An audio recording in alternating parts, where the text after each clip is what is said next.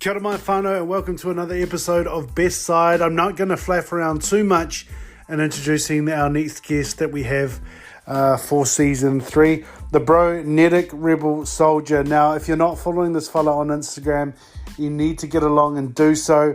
His kōrero, though, his what would you say, his way of looking at things, his approach, not for the faint-hearted. He's very brutal and honest in his delivery. One of my favorite things that he says in our kōrero that you're about to hear is that, everyone talks about love being a universal language, but they forget that violence is a universal language too. I thought that was pretty powerful, and it definitely, pulled me out of that airy-fairy kind of zone where you just tend to focus on the positive shit. There's other things to look at as well. But this kōrero is huge. We go into, it's an awesome breakdown of meditation and a perception of meditation and how it can look. So definitely keep an ear out for that. We talk about, the whole vax-unvax situation that people are in at the moment, and a whole bunch of other things too in terms of racism and a lot of divisive things. We talk a lot about the things that seem to divide a lot of people, and if we're giving those things too much energy. So strap yourself in, whānau. Whakarongo mai. This is season 3. I think we're up to episode 7 now. This last 18 months of pandemics and stuff has been nuts. I don't even know where we're at, but it's awesome to have you here, whānau. Whakarongo mai. Let's get into it. Let's go.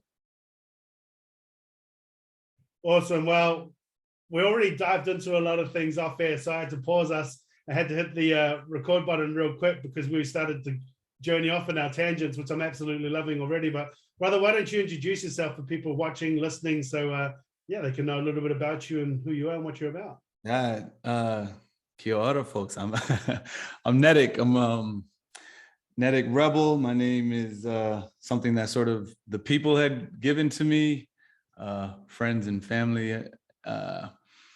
Kien Ilan is my actual name.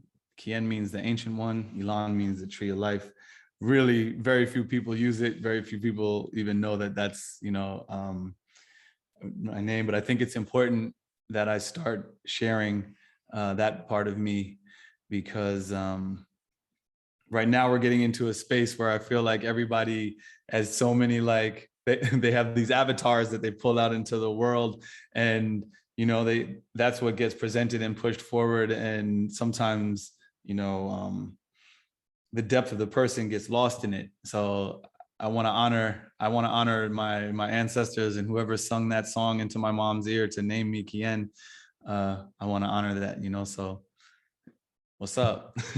Awesome. And look, it's probably good that I introduced myself to you as well, I guess, sort of formally, because this is actually the first time that we've met.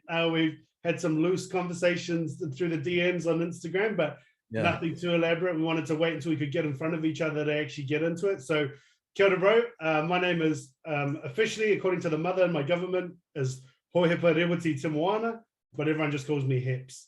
But I totally vibe you on the getting back to, kind of what you've been called, or acknowledging that side of yourself as well.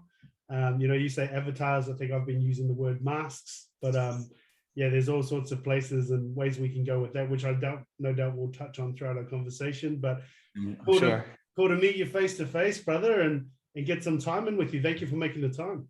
It's amazing. It's just I was actually, obviously on your gram and just floating around, and was like, this would be a really interesting brother to speak to, so I'm grateful for the opportunity to talk and build with the community there, share whatever I've got to share, and take whatever you've got to share, and hopefully, build more bridges.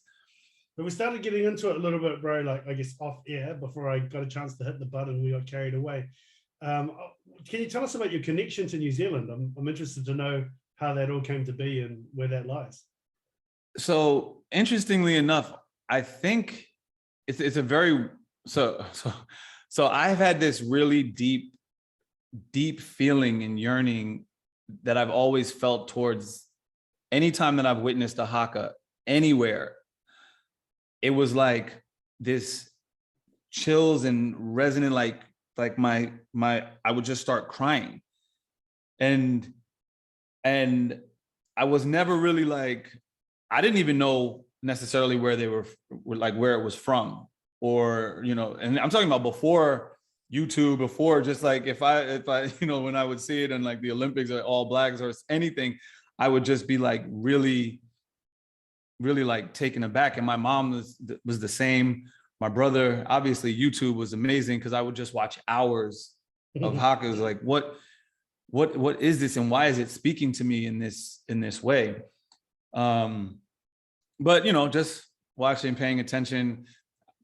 I think all of Native peoples have this connection where we feel each other when we're in our, when we're in our prayer, when we're in our spirit, when we're in our honoring of our ancestry. I think we all can connect and feel that, you know, that resonant frequency. We're like, yeah, that feels familiar.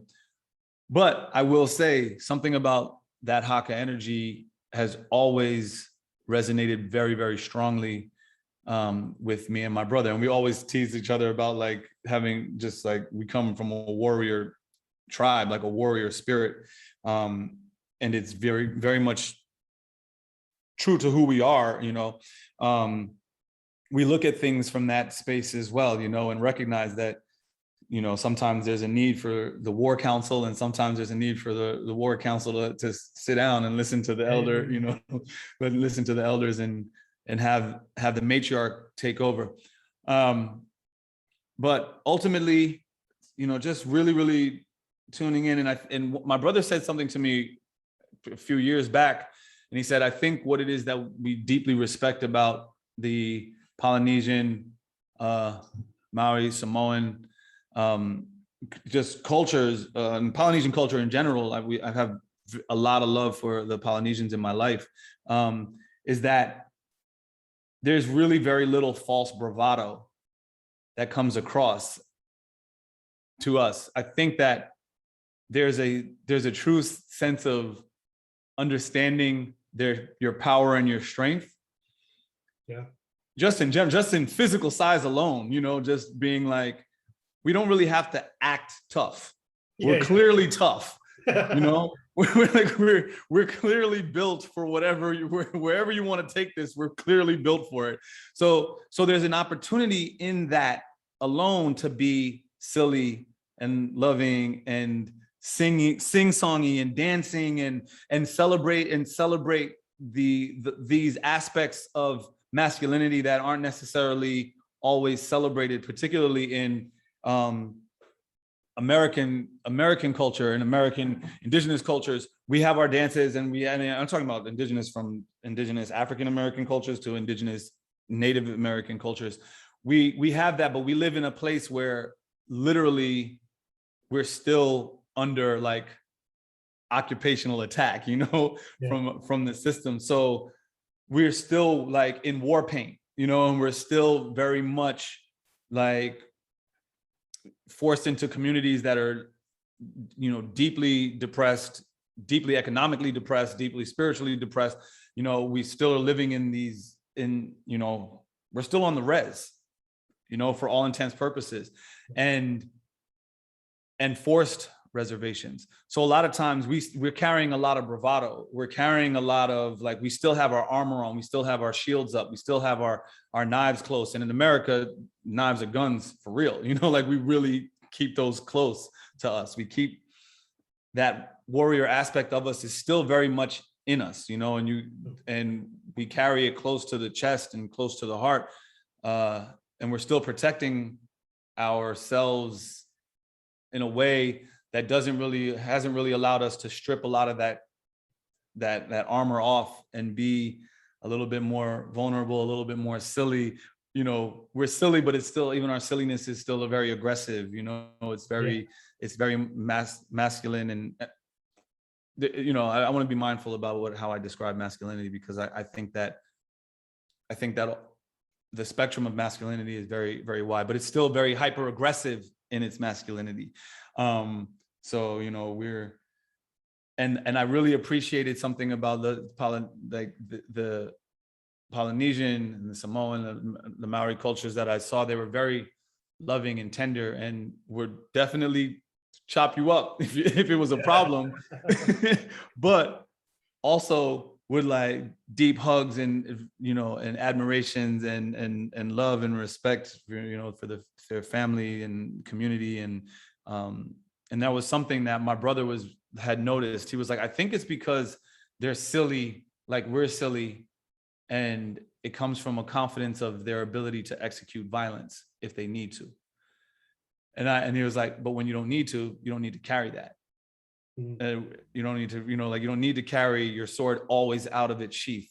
And so I thought that was really like a beautiful articulation of what he had observed and why we felt this strong connection.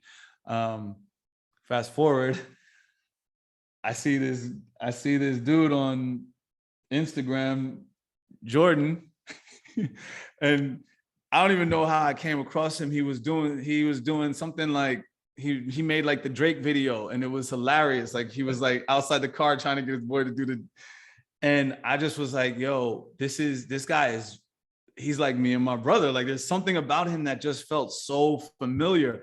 He's got, you know, thousands of Instagram followers or whatever, but there was something about him that was like, yo, this dude is my family. Like I know this guy, I know this person, I know his spirit. Something about him is resonating super strong with me. And I like reposted a bunch of his stuff, and then he did like a follow-up video because that video went viral, and he did like a follow-up video. He was like, well, since I got you guys here, I might as well show off some of my kicks. And he did like a whole video where he was doing like ridiculous karate kicks. And he like did a jump kick and hit his head on the ceiling. And he was like, doesn't affect me at all. And I remember thinking, yo, this dude is me and my brother. What is going on here? Like he's my brother. Why is he feeling so like close to me? And I reached out, yo, and it was like instantaneous. Like I just said, like, listen, it's gonna sound super weird, but for whatever reason, man, I'm like, I don't even know how it came about, but basically I was just like very clear and transparent about it. Like, bro, you're my brother, man. Like I don't know where, I don't know if in what lifetime, I don't know through what spirit ancestors, how this came to be, but I know you. Like I deeply know your spirit. And we followed up, we talked like a lot all the time. Like, and then it was just like very, very clear that I was something, I came at the exact time that he needed me to come. Pause. We play a pause game in America, so I got to throw that in very quickly. But I came to him at a time that he needed me to come to him, and it was very clear that he came into my life in a way that I needed him to come into my life and our life and my family's, and we just literally just merged families like very, very quickly. And we were like, listen, we got to get the tribes together. We got to get the families together. And we're like, we're going to come to New Zealand. And my family, all 17 of us, like 17 of my brother brought 17 of us went to New Zealand, my family, to really bridge that gap and show that it wasn't just talk. Like it was real, you know, this thing that we feel is very real. So that's the story in a nutshell. And it was just been a very beautiful sort of bridge that has been built between my family here I'm technically in Mexico, but my family in the States and my family in New Zealand, the opportunity to build that. So I'm very, very grateful to my brothers and my sisters in New Zealand for keeping your spirit intact and keeping your culture strong and your language strong, because it really is an inspiration to so many of us natives who are still wearing our war paint and still carrying our shields and our bow and arrows and our spears and tomahawks, Crazy. I want to ask, because I mean, there's a lot to unpack there. There's different things that are popping up that I'm trying to make mental notes of to come back to. But to have, I guess, the confidence or that innate kind of ability to just reach out to someone, like at the time, a random on Instagram, and say, hey, brother, I don't know what it is, but me and you connected, we're family. what has gone on in your life to lead up to the point where you're comfortable doing that sort of thing? Because there must have been a lot of shit to go down to get to that point, right? Or no, you're comfortable doing I want to honor, I feel like it's a very cyclical thing. It's a really good question. And I have to honor my spirit and wherever I came from. It's been in me since I was a very young child. I will walk up to strangers and talk to them since I was a kid. My mom would always say like we have to be mindful. Like you literally will go somewhere, like go off with a stranger. But I've always been that way. My mom used to give me and my brother, like, you know, she would give us like $20 and she'd say, listen, there's $10 between the two of you. If you want something, you guys got to figure it out, split it up. And I would always want something that was probably more expensive. My brother would want something that was more expensive. And I was very quick to like, just start negotiating. Like, listen, we've only got $20. My mom gave it to us. We're trying to, we want to buy 2 t-shirts, but like, it was very much part of my spirit to do that. My mom and my dad both acknowledged that. They're like, yo, you've always been like that. But I think over time, because I was comfortable with that, I've become more and more, it's like anything, like anything that you use and you practice, you get better at and you get stronger at, and that muscle gets stronger.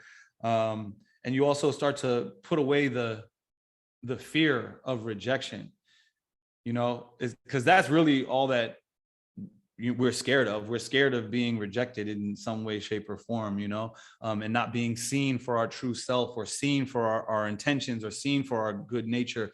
We sometimes we pack and hide it away and actually protect it with bad actions before someone can even, pierce it and make us vulnerable. We're like, well, F that, I'm going to put the wall up and I'm going to, box it in and be an asshole. And it's like, bro, you don't got to do any of that. Like, we're good. We see you. So I think that there's been a lot of things on my journey that have allowed me to continue to be in alignment with myself in a particular way. I have to say, it's almost like I've had a cheat code in a lot of it, because I was a lead singer of a band for a very long time. And particularly with music, when you're on stage and you're saying your thoughts out loud, you're singing your songs, and these songs are reflections of your internal thoughts that you've written out and you've sung them, and then people are singing them back. That's a positive feedback loop that you're kind of caught in. And you do begin to buy into your own, could be bullshit, could be like truth and power and strength. It depends on, what stories you're telling. But for the 12 to 13, 14 years I was in, this band, and, singing to thousands and thousands of people, and then having them sing back, and, me, it's almost like they give you a chance to truly be yourself. And you don't have to really, I was being positively reinforced at being myself. And even if it's not even necessarily real, because it's a fan base giving it back to you, there is something that's resonating with them that's, being fed back to you.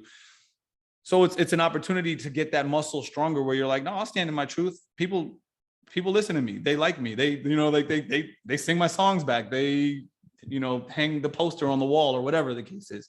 And that's that also helps you work out that muscle, where you're kind of like, it's cool, bro. Like, I'm going to say what I think and say what I feel. And I know that there are people out there that it'll resonate with. And I'm really big on that. I'm trying to be really big on staying in my truth, and staying in on my path, and being radically honest to the best of my ability with myself. And sometimes that means, having to unpack something that I thought was a truth, and then realizing, like, what, actually, you don't really even care about, like, you don't even feel that way anymore about this, so sometimes, truth is a very interesting thing when you're talking about personal truths, because sometimes they bend and they shift, and you have to like unpack that. Something that you felt was true to you on Wednesday turns out by Thursday night, you're like, actually, I don't really know if I believe that anymore. So I think that when we get into this space where we're really allowed to be ourselves out loud unapologetically, we do push a lot of people away. But what we find is that, you know, a lot of the people that we were pushing away were only around because we weren't really giving them who we were to begin with.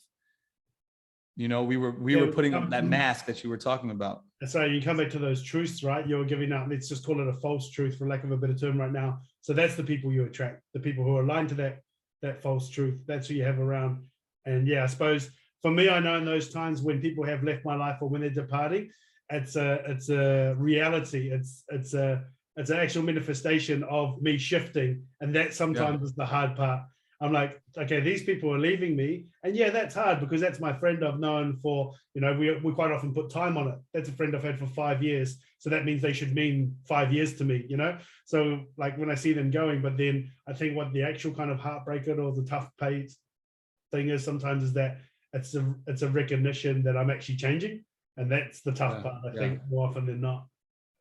No, that's real. I think also, it's like, I think about this when if I have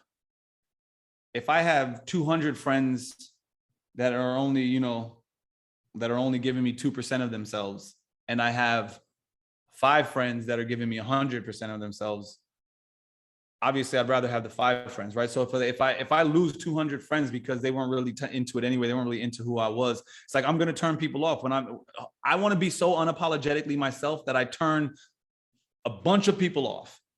Like I want to turn them off, but I want to see who I turn on, because now all of those people I turn on are in complete alignment with me, you know, like they really are with me, you know? So for me, it's like, I'm just going to dive in, be who I am, be loud, be wrong sometimes, be loud and wrong sometimes. And, you know, and double back and be like, yo, guess what? That was crazy what I said. Turns out, you know, like to backpedal it and say, turns out that's not true at all, you know, like, but I think that when you're able to do that, people get a chance to see what it's like to live in their truth through you living in your truth. Like, wait, I still like this guy. Even though he was wrong about this and loud about this, and I disagree with that, there's something about him that I still like. So maybe if I'm living in my truth, people will still like me, you know, and you can, and that person, and they can, because they can be, because no one's infallible. Like, I don't know anybody that hasn't, you know, that has figured it out. Yeah. I was at a course the other weekend, and I'm not claiming this is an original thought or idea. I know I picked it up somewhere, but it just resonates to what you're saying, is that I said to a couple of the people in the class, because like we're in a classroom, right? And I think people forget this when you're doing a course or whatever, you forget that you're actually there to learn. You kind of feel like you're there to already know, and you can be tough on yourself when you're not clicking to the lesson, or if you're not picking it up as fast as your classmates. You're like, I'm dumb, I'm stupid, I don't know this. It's like, well, that's why you're here, to learn, to know. But you don't have to know already. And kind of the thought or the message I was getting to is I said to these people in my class is like, you don't have to, I guess that was it. It's like, we're here to learn. We're not here to know. And that's, but I think do you think it's like it's almost like a societal thing, right? Or like a culture, we've been shaped that you can't be wrong. And that if you are, like, you can't be wrong again? Or what are your thoughts around the whole narrative of, you know, having to be correct all the time? I mean, that's interesting. I think it ties into the cancel culture, like where we are now in terms of like canceling people because of something that they say that's politically incorrect or uncouth or sexist or racist or, you know, misogynist or any of these things. It's like, wait, if you point me to a person who figured it all out and is perfect, you know, I'll be impressed to hear, you know, that person's take on canceling other people. But the reality is that, like, number one, I don't know anyone like that. I've never met anyone like that. And number two is like, we actually need the push and pull, because good ideas don't happen in a vacuum of one thought. They happen in a vacuum of challenged, you know, and push and pull. Backwards and forth and debate. Right. Like there has to be a volley in there, and there has to, because that's the only way that you really get strong, right? Like, I mean, say boxing, for example, you know, just like you go to the gym, and at first you don't know where to hold your hands. You don't, you know, you're stiff with your jab. Your head moving is trash. Your feet moving are trash. And it's like, but you need someone to expose you. And the way that they do that is by tapping you every once in a while. Goddamn, I put my hands like, you know, or you leave your jab out too long and the counter comes and you're like, oh, okay, I'm gonna pull that back. And those taps are important. That back and forth is important. And, you know, and I use that silly physical example because it's one that you can visualize. Like people always, it's all seen what happens when somebody makes a mistake boxing. But the truth of the matter is that, you know, when we're having a thought or an idea, number one, it's not ours. Like the ideas are, you know, these ideas are to be exchanged on an open market, right, of thought. And the goal is to, you know, like stocks. The goal is to drop a shitty idea, you know, fast and get with a good idea quickly, you know. So, but the only way to do that is to have an open exchange of ideas. And if you think that you own an idea, you don't. Number one, all this stuff is free flowing through you, you know, and something comes to you. Guess what? You didn't invent the idea. A bunch of other people had it as well, you know, like, and maybe you're blessed to be the first one to express it in a way that, you know, a beautiful poem, beautiful book, beautifully said, beautifully written, beautifully sung, you know, beautifully built. Fantastic. That idea, as soon as it resonates with other people, it's out there into the world and it's going, you know, and it belongs to everyone. And we don't need to hoard those ideas. We don't need to hold them. We don't even need to necessarily protect them. We actually need to put them up on the chopping block and see what comes back intact, because that's how you know you have a good idea. Is if you put something out into the world and after people chop it up, the core of that idea or the core value of that idea is still intact, and you know you're onto something. But when we're afraid to not have any conversation or not have conversations or not let people put ideas out onto the chopping block, and we're quick to peg them as something because of an idea, so you are not your ideas. You aren't your ideas. You are expressing an idea, but you are not your ideas, because if you were, then you'd be whoever you were at 12, still at 30, you know? So it's like you're not. Your ideas are constantly changing, you're evolving, you're growing, and you're the sum of these experiences all the time. But I think, I mean, also real quick, the only way to be truly open-minded is to not only hear other ideas that challenge yours, but to hear other ideas that challenge yours from the space that they're possibly correct. That's the only way you can have a truly open mind. Because if you shut off a section of ideas, and you're just staying with, you know, something that reinforces your idea, that isn't an open mind. And that's a really bad critical thinker. You're not really a good intellectual thinker or a philosopher or whatever. You're pegging yourself, you're setting yourself up. The best way to really to have an open mind is to be able to not only hear other ideas that contradict yours, but to hear them with an open mind that they might be right, even if it's something that you don't like, which is difficult to do. But when you do it, you start to really expand your ability to critically think, because then there's no black and white. You can see where things live in the gray. Yeah. So and they add on to you, you know? There's a few lanes we can run with this, because you brought up a lot of stuff that I feel is really interesting, and it's a lot of conversations that are happening in my close circles as well. And so you mentioned critical thinking a lot. I feel like we're in a place and time, and we've talked about, you know, the cancel culture stuff, which we'll circle back to as well. But just because you've spoken about critical thinking, it feels like we're in a time where you're not allowed to question anything. Like you've got to go with the narratives, and if you are seen as questioning stuff or having critical thoughts, then you get put with that conspiracy theorist label. That's how I'm seeing it. What are your thoughts on that? Well, I mean, I'm a conspiracy theorist, so whatever. Like I've What does that always even mean? What does that mean? I mean, that's the thing. It's like I'm open to wearing that label because I think that any critical thinker should be a conspiracy theorist, and that doesn't mean that you're like, you know, that it's about aliens or that it's about. But you should. I'm not telling you what conspiracies to buy into, other than the fact that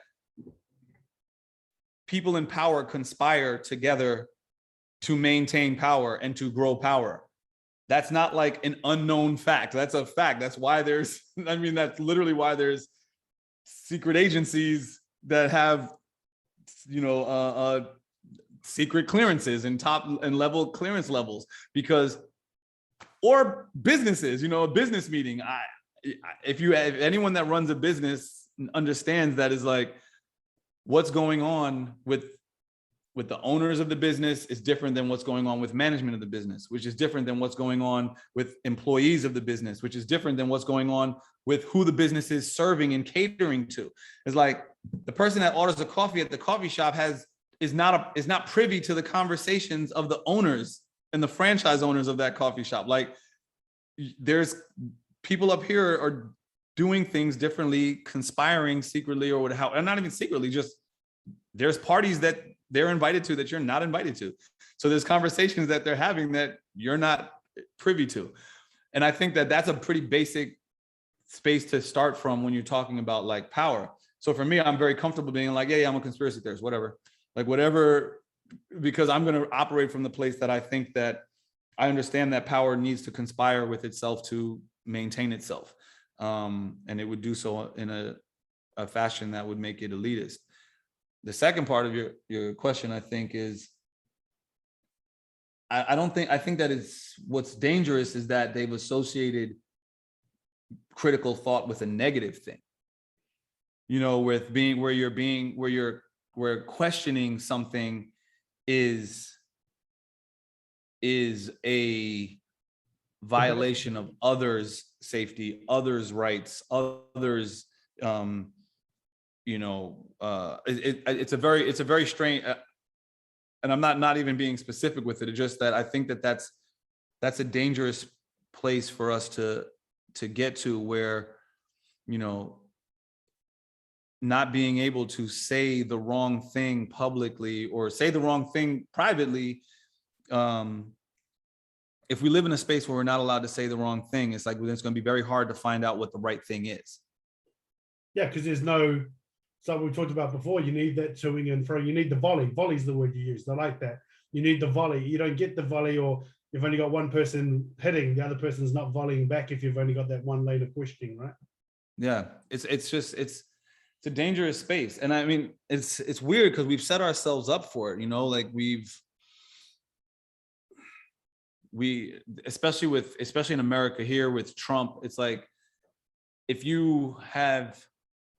it's very easy for people to like immediately denigrate somebody to like a Trump supporter if they question anything that's politically left. If they question that, like, what are you, a Trump supporter? And you're like, what? I'm a no one supporter. So now we can start there. Or like, I don't support either one of your favorite candidates. So let's start there. I'm going to start right there, right now. We can give you the ground level. But I've witnessed that happen. Perfect example is what's going on right now with Nicki Minaj. The statement that she made publicly, there was nothing really wrong with that statement. The statement of like, listen, pray, do your own research, make your own come to your own conclusions, but don't feel pressured. Don't feel pressured by anyone else to do something that you're uncertain of with your body. That is a fair, more than fair statement to make about anything, right? Like, I don't care, literally about anything. If you would say that to your daughter about having sex for the first time, or, you know what I'm saying, or the 1,000th time, you would say it to your son about, like, that's a fair statement. And the way that they have switched that narrative because of who came to her support in terms of that statement was like, oh, it's literally about race. Like, oh, the person that backs her on that is a white nationalist. And I've had to like go to people and be like, listen, truth doesn't really care who says it. It doesn't, truth isn't really interested in the same way that the sun isn't interested whether or not you, like the sun doesn't care whether you bask in it or sit in the shade. Doesn't matter. The sun is going to be shining. And like truth is very much like that sunshine. It's like you can get with it and a bunch of people are going to agree. And it doesn't matter what those people, who those people are, what their history is. You cannot, that's not the point. The point is there truth in her statement? And right now, I'm like, you're seeing her really be ridiculed, and it's really sad. It's, you know, because we're in this place where you really, not me, because I don't really have nothing to lose. I'm like, I'm like, whatever, you know. But I feel for people who really can't afford to, you know, who can't afford to say what they think out loud. And I have tons of messages from very famous people in my DM saying, yo, I wish that I could talk the way that you talk, you know, like in very different arenas, from sports to entertainment to some politics, you know, but a lot of different people in a vast majority of spaces that are like, I like, keep talking your shit, man. Like you literally are a voice for all of us who can't say the stuff that we want to say. So it's interesting now, you know, for that to be the reality. So with those people that are messaging you, you know, the sports people and the politicians, etc., how do you empower them, or do you even empower them? Do you kind of just leave them and that's their thing? But do you have any conversations around why they should or how they can step up and speak their truth? Or do you don't see that as a role to play? You just let it be. It is what it is. I think the most important thing, well, first of all, I try to stay away from like the should aspect, because I genuinely don't really know people's situations and circumstances to be positioning myself in a space where I can tell someone what they should or shouldn't do. Yeah. You know, like I don't think that that's fair of me, and that's something I don't really want to do. I think what I try to do is try to let them know that they have more supporters than they think they do, you know, because I say, you know, one of the ways that I usually say this is like, look, you're not the only one that's hitting me. And usually you're not the only one in your respective field. And sometimes I'll ask someone if I can introduce them to someone else who's feeling very similar to them, and, you know, and try to bridge that gap so that they at least have each other's back, you know, because the community there. Yeah, because I mean, also it's very difficult. I mean, they made it very difficult to really, especially when people see what happens, and, you know, and your livelihood is potentially on the line, or, I mean, you witness what these sort of, well, it's media castrations, you know. It's lonely, right? To be contrarian and stand up. It's a lonely journey a lot of the time. From what I understand, obviously I'm not famous myself, but from what I understand, being famous is also a lonely journey. So yeah, that's great that you're creating community between people that cross section into those. Yeah, I mean, also, and I think, again, I try to really just be it's like I try to be like a beacon for other individuals. So it's like my light, if I'm shining, you know, and I'm just being in my truth and I'm shining and they're witnessing it. And sometimes you feel like a ship lost at sea, and you see that light and you kind of come towards it and you're like, oh, okay. Like, wow, you're a wild boy. You really actually said that out loud on Instagram and left it up. Okay. Like, but I think that helps to, I think that helps to empower people to really, again, like I said before, when you see somebody living in their truth, and I'm not claiming to have figured, like, I didn't figure this out. It's not something that I'm, you know, I'm just I'm working at it every single day to figure out what is my truth and how I can live in it, you know, every day. I think people recognize like, yo, this guy. Honestly, you know what? Actually, honestly, I know exactly what it is. It just dawned on me. This is really where it first came from. It came from, and I know for men, this is a real thing. It came from, wow, he's a wild boy and girls still like him. That is the actual place that it started, and a very particular type of girl that has a very large following or is famous or is something of this nature. You know, like it was that.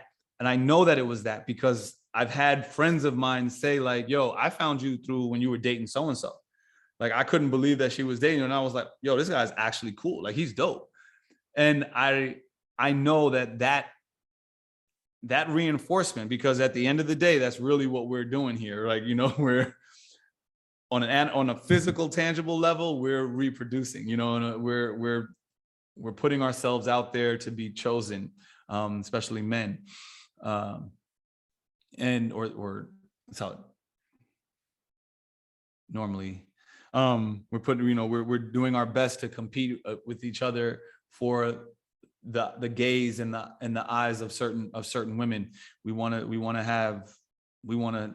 be picked by these women. And I do think for sure that has impacted people's ability to be like, oh yeah, he, like, that's cool that you can say X, Y, and Z and not be a turn off to this type of woman. Wow. I think it's something that we probably don't acknowledge enough, that it's women that are kind of actually leading most of the like, our desires of women is what actually is leading a lot of our behaviors. Right? And yeah, it's like we're or for some of us, obviously some of us desire something else, but you know, in terms of like on a evolutionary biological scale, it's like our desires to reproduce and our desires to reproduce with particular people drives a lot of our behaviors.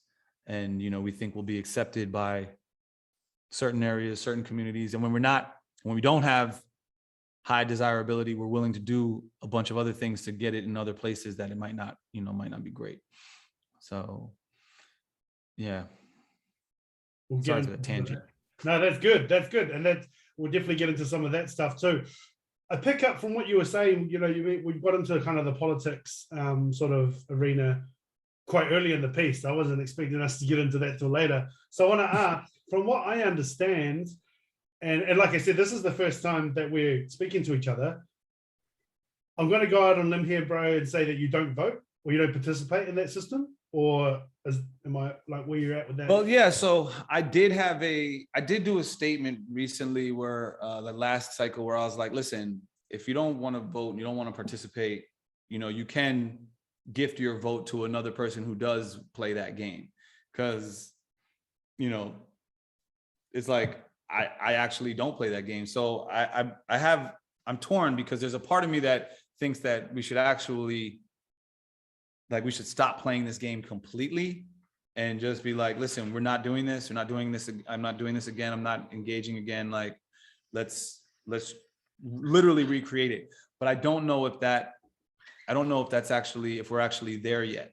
And if we've created an alternative space for things to exist, because I do think that I think that that's where we should be heading, but I don't, and again, should, I say that very loosely. But so I had this idea where it's like, listen, maybe, you know, if you're not really interested in participating, gift it to somebody who you think is intelligent and is paying attention and does believe in the system or whatever, like, gift it, whatever, just, you know, go for it. I don't know. I personally didn't even do that. And it was just purely because I wasn't even in the country when this whole thing, like when everything was going down. I was like, I'm not playing this game. I'm not. But that's pretty much, I think, I still my take on it. And I am very torn, because as much as I say like, yeah, gift it to someone that you care about, there's a part of me that's like, that really is on some like, yo, burn it all down. I mean, I don't know what to say. I'm like, man, you're not there. I've spoken to a lot of people that are like that, and like I always wonder, like, what would happen. You know, like they always see those things on social media, especially. But I remember a time before that where it was happening. You know, there'd be conversations like, what would happen if we all just didn't vote? What would happen if we just stopped going to the fuel station? Like all those sorts of conversations. But it seems to just stop at that would never happen. And there's kind of no. Yeah. I mean, that is, and ironically, that is our power. Like our true power is in our collective ability to be still, not to do anything in like collectively. Like, it's not that, I don't think that we actually have the collective power to do something, like to actually go and all execute one thing. But I think the thing that we all can do is actually sit still. Because in the act of not doing, like a meditation, you know, like there's something that truly happens in the act of not doing. And if anybody of your listeners have not meditated or don't know what meditation is, it's really important that you take some time to literally sit still in your breath. And I mean, and I think that there's a form of protest in that actually undoes the entire system, because I don't think that we don't have a hive mentality yet where we have no leadership. So when we have no leadership, and we don't have enough individuals who act as individuals within group functions to represent leaders in order to make a conscientious decision as a collective. But the thing that we can do is absolutely do nothing and just sit still. And I think that that's a strong act of resistance that the system doesn't have an answer for. Yeah. That no system has an answer for. Right. Like, and even a perfect example of this is that your own internal confusion doesn't have an answer for when you start to sit still. Yeah.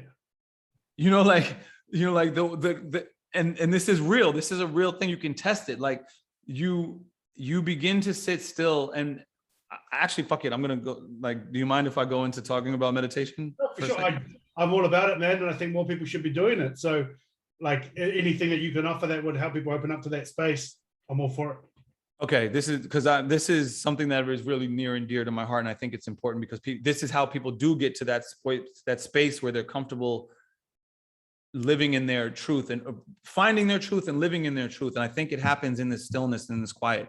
So this is really important. A lot of times people think and describe meditation as, getting yourself comfortable and just emptying your mind. First and foremost, that's a bunch of bullshit. You cannot empty your mind. You cannot stop your thoughts. You can't, the idea of stopping thoughts is more thoughts, like immediately.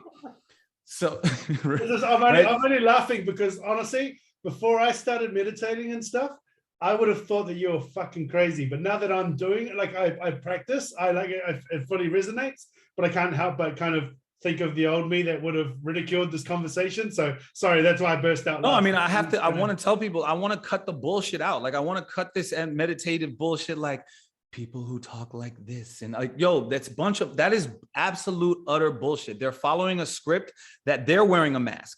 That's a mask that they think that they saw from some YouTube yoga video, and now they're bringing it to, and they're trying to emulate that and teach you how to meditate.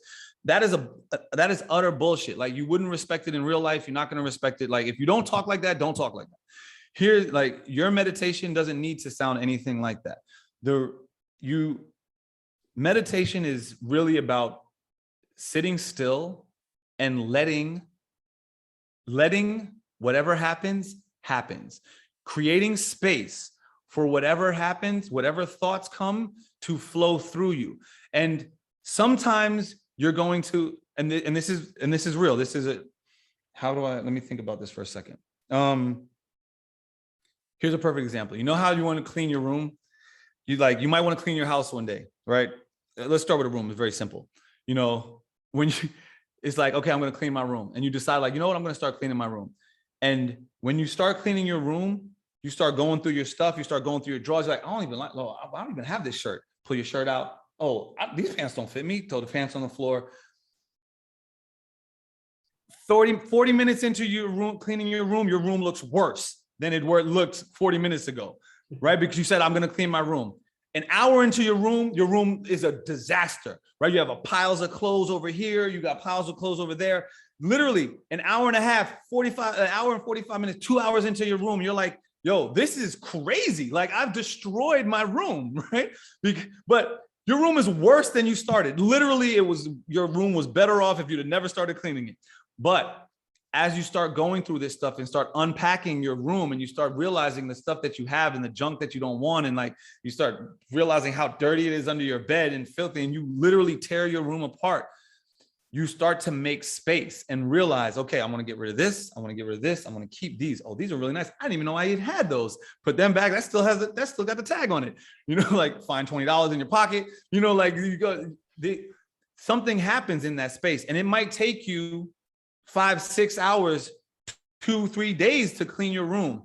But that tornado that happened is what kickstarted all that dust up. And then you were able to start sifting through that dirt, sifting through those piles of clothes, sifting through your debris, your old sneakers, notes that you wrote, Post-its. You're like, why do I have this Post-it? Oh my God, absolutely. I've been looking I needed that number. You know, like things start to come back into semblance and order.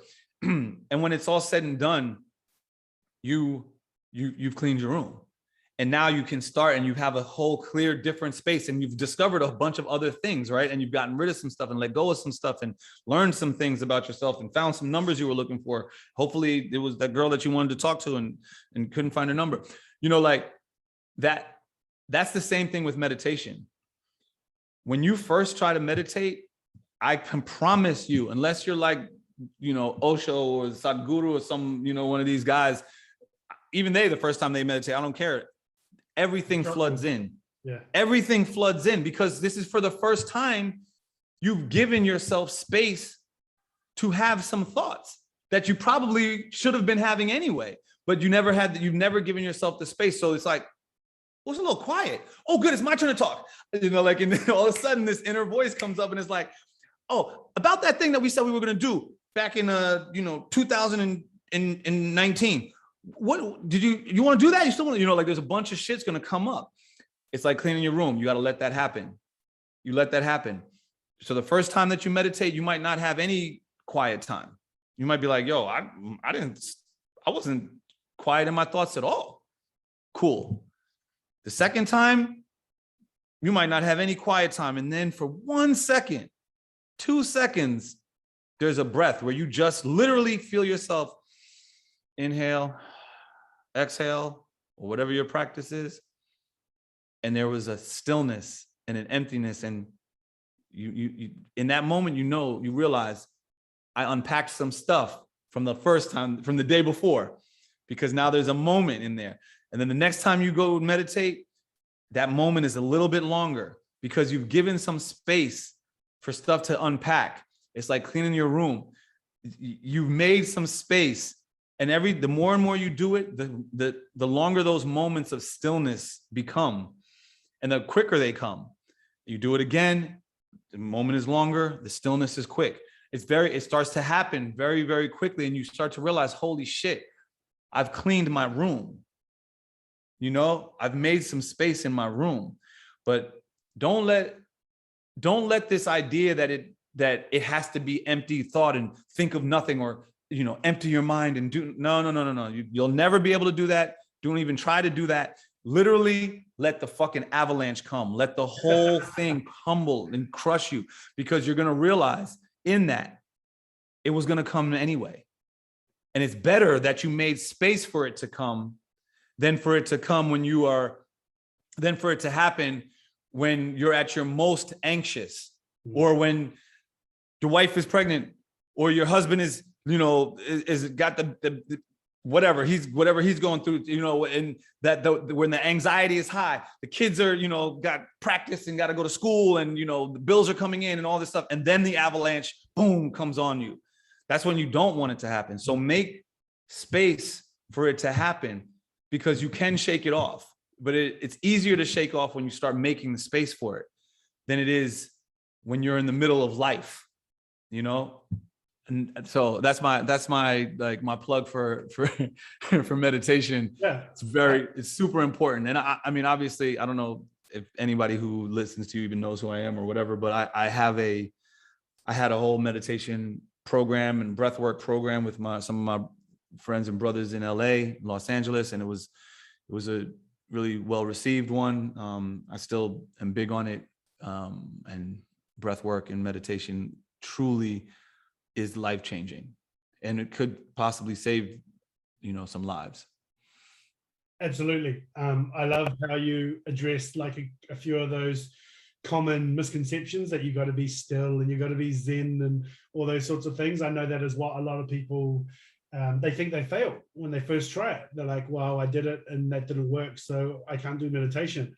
Like anything else, any other skill, it's a process. It takes a bit of building resilience. You got to go through stuff. But yeah, definitely. I think a game changer for me with meditation was when I realized that there's no right or wrong. There just is. Everyone can do their own thing in their own way. Like even with thoughts, there's kind of no right or wrong thoughts. There's just thoughts. And you know, the way that you described it, like cleaning a room, that's perfect, because the first time you do it, it's a fucking mess. Like oh, absolutely. And I mean, that's what kind of why I, you know, want to always let people know, because I've had people tell me, "No, actually, I don't like to meditate. It gives me anxiety." Like that, I've heard that people say, like, have ultimately said that to me, like, "Yo, I don't like to meditate because it gives me anxiety," and I'm like, okay, let's unpack that, because the truth of it is that what's giving you anxiety is all these thoughts that are flooding into this empty space that you've allowed for. You know, like you've sat still, and being still and quiet gives thoughts like, oh shit, perfect, this is our time. Like, and it's just charge into your brain, you know, like, and they just rush into your head, and then now you become anxious with it. And I try to say, like, listen, actually, that's the unpacking of anxiety. It's not anxiety. That is how you get through the anxiety, by actually letting those thoughts come, but not holding them. Don't, you know, sometimes you grab one and you start unpacking it, and you're like, okay, cool. Actually, I'm really glad that I thought of, you know, held on to that. And that meditation for then was actually you developing an idea into something else, you know.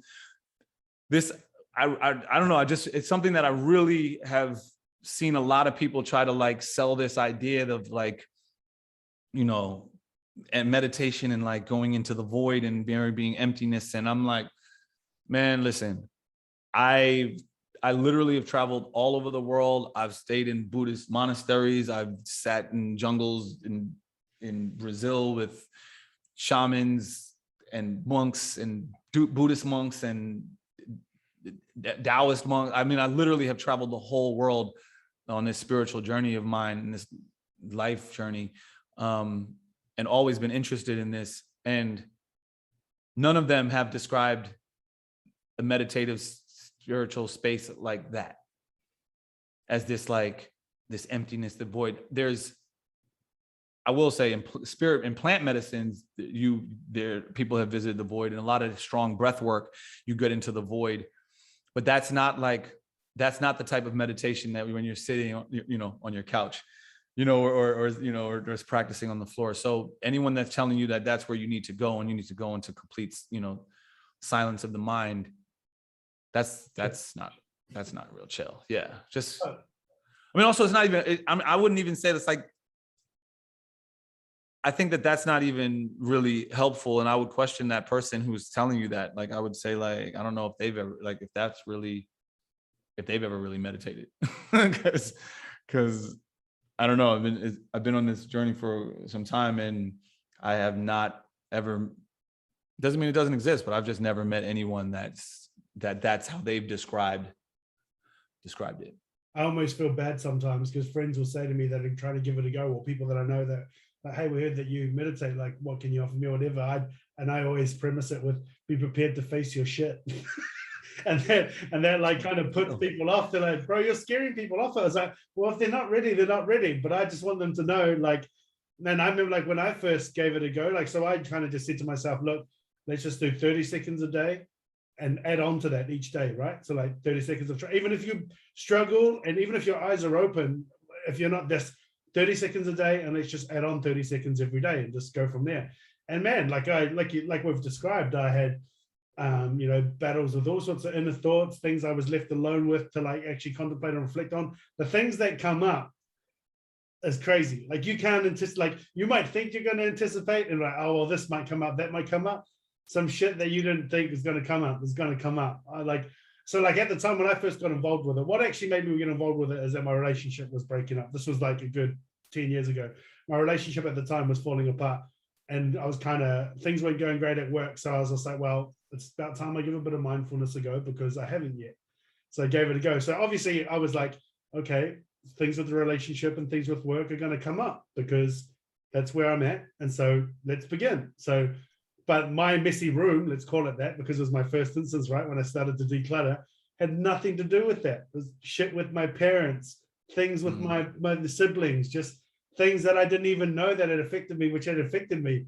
And I remember sitting there with my eyes closed, kind of when I got into like the travel space with it, navigating through it. And I remember my eyes like jarring open and me going to myself, oh shit, I don't know if I'm ready for that yet. Like I audibly said that out loud, you know? And I was just like, yeah, okay, this is definitely not what I was told this would be, or what, you know, the propaganda or whatever that's out there has you believe what meditation is. And then that's when I kind of took a step back and kind of just was, I don't know, that was my moment where I was a lot more comfortable and I could get into it. But I remember that first little moment, I was like, thought it was going to be X, and it was definitely 4325.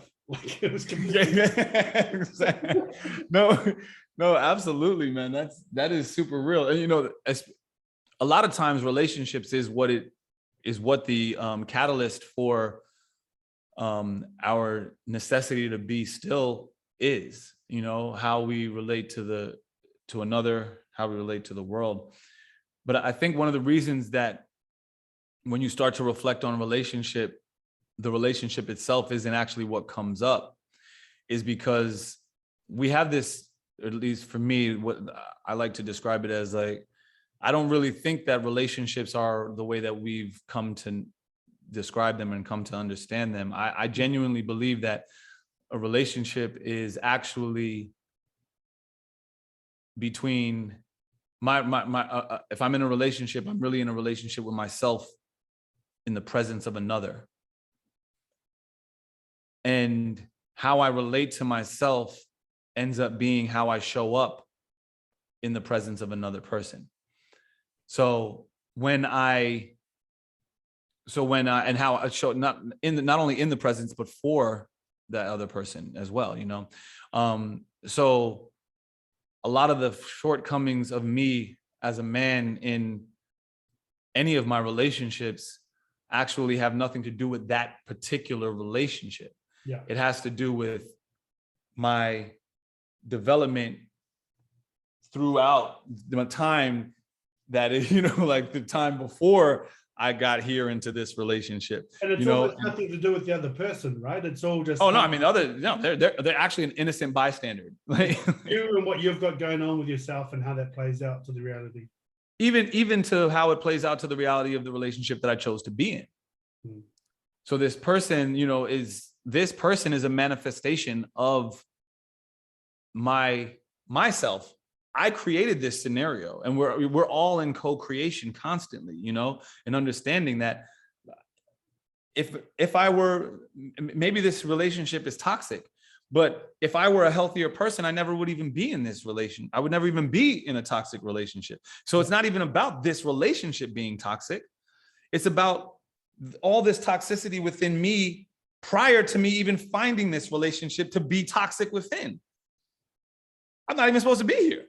Right? You know, like it's got nothing to do with you. I'm actually not even supposed to be here, but I never dealt with all of this shit behind me to realize that I'm not supposed to be here. And here I am. you know, and now like look at me, here I am, you know. And so I think that's the beauty of you know, meditation, self-reflection. I don't, you know, and again, I'm leery of even the catchphrases, because I don't want to relegate it to like this sort of new era crystal wearing, you know, light pink Instagram like profile pic, like, you know, like these neutral Instagram profile pics. I don't want that to even be the case. Like I want people to realize, like, yo, nah, thugs can meditate too. You know, like you could be a, as a matter of fact, like a real gangster is going to self-reflect, because like the real ones, nothing's more gangster than actual self-reflection. Nothing's more gangster than the spirit world. And taking some time to sit with it and sit with yourself, because you'll be you'll be a real bad motherfucker, like for real, when you can sit with yourself and see your shit and make your decisions based on your truth. And I don't care what those decisions are. I'm not saying that I'm not saying to stop banging. I'm not saying to stop, you know, doing anything. I don't care what it is. But when you can sit with yourself and you can know your why, and you can see your why, and it can be clearly yours, there's going to be power in all your moves from here on out, because they're going to be with intention. And I think, like, if I cycle back to the very first, like the very beginning of our conversation, bro, when we spoke about like what you admired in Jordan, and you saw like him moving in a way that others weren't moving in terms of self-confidence and things like that. I think therein lays a lot of, like, that's a primary example sort of, right, of like what sitting with oneself and kind of having that self-critique can kind of do. Because like you mentioned the word like real G's, like real G's at the end of the day, they know that real G's, you only have yourself to rely on, or yourself to come back to, and you only get to know how you're going to react and who you are by having those still moments and not being distracted by phones, girls, alcohol, all that sort of stuff. Not saying that you should not partake in those things. Everyone to the own. Once again, that should, I like your perceptions of that word should. I'm going to start adopting that philosophy. But all I'm saying is that, yeah, when you, like you say, a real G, that ability to self-reflect and self-analyze and understand how you'll react in certain situations, that is almost it's a byproduct of one of the many gifts that meditation can give us, I feel. Yeah. I mean, and you talk to any athlete, high level performer, dancer, singer, they'll talk to you about when they were in that zone, and that zone is a meditative state for them as well, right? Like maybe it was in a rehearsal, a 12-hour rehearsal. I remember I got a chance to watch one of Beyonce's rehearsals, tour rehearsals, and it was like 18 hours. It was just crazy, the amount of time that she was putting in. And I was like, oh, this tour is going to be incredible. I can there's no way that you can be this focused. And I could tell that they're like, yo, I could tell when she was in the zone, like moving in and out of the zone, because I'm like, you can't do this at this pace and not be, you know, connected in a different way. Because if you can't, you know what I'm saying? Like you can't really be actively, cognitively doing this. You have to find that performer's high, that runner's high. You have to get into that flow state. Yeah. Ooh. You know, and it's like, so I remember 2 times. One time I got a chance to see her in rehearsals, and then I saw another time when she was working on a video, and she was dancing on like a box. She was dancing on something that was layered. It was like multiple boxes, like multiple levels of stages. And she was at the top part. And as she was dancing, she had slipped off, and she literally hit, like, boom, hit one, fell down and hit another one, and literally hopped back up and climbed back up and was like, let's go, run it back. And I was like, no, like everybody was like, you know, like going towards to like check on. And she was just like in it, like, no, let's go. And I'm like, yo, I come from high level, you know, like my background is sports. I have really high level athletes and high levels and like performance athletes, high level sports. My brother was in the NFL for years. My family's a bunch of my family in the league. My folks, my dad was my dad and my uncle were both incredible basketball players. Like I know high level performers. You know, I understand what that is, and I'm sitting there witnessing it, and I'm like, she's in the flow state. And I say all of that to say, sometimes we use the silence as a meditation, and sometimes we use the activity as a meditation. You know, sometimes we use the action as a meditation. So I don't want people to think that, you know, meditation or the space that we're trying to get from meditation is only in this like silence and stillness. We can find those moments in anything. But in this world where there's so much stimulation, I think that the silence and the stillness is a good way for us to align back in with, or check back in with ourselves, and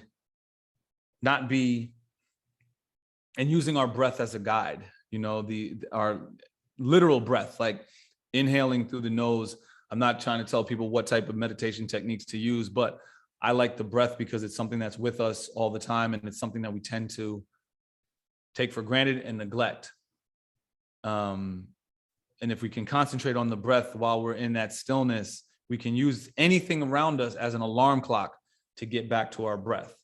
That can be our pacer. We don't need to like count backwards or hold. It's just like we can conscientiously inhale and conscientiously exhale. And if there's a car crash, if there's a car honk outside, and that takes us out, maybe that we can use that as an alarm clock. Oh, go back to the breath. Conscious inhale, conscious exhale, conscious inhale, conscious exhale. And then our thoughts will come back and something might bring us off. And that's a chance for us, another alarm clock, bing, bing, bing, bring us back to the breath. You'll start to find those moments, or will be those moments where you're with your breath will start to stretch and be longer. And those are those moments where you're in meditation, you're in your silence, your BPMs are dropping, and you're really actually becoming still. So I wanted to get that in there. Use your breath as your guide. You mentioned like a lot of family and kind of high performance sports things around you, and we've talked about like meditation. So immediately my mind kind of paints a Venn diagram of the two, and then in the middle spot I find martial arts.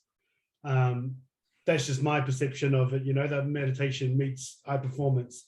I know that martial arts is almost like it's a significant other of yours that you're absolutely in love with. Talk about that life, man, and what that brings and what values there. I mean, that's been like, I feel like martial arts has been like my girlfriend my whole life, you know, like,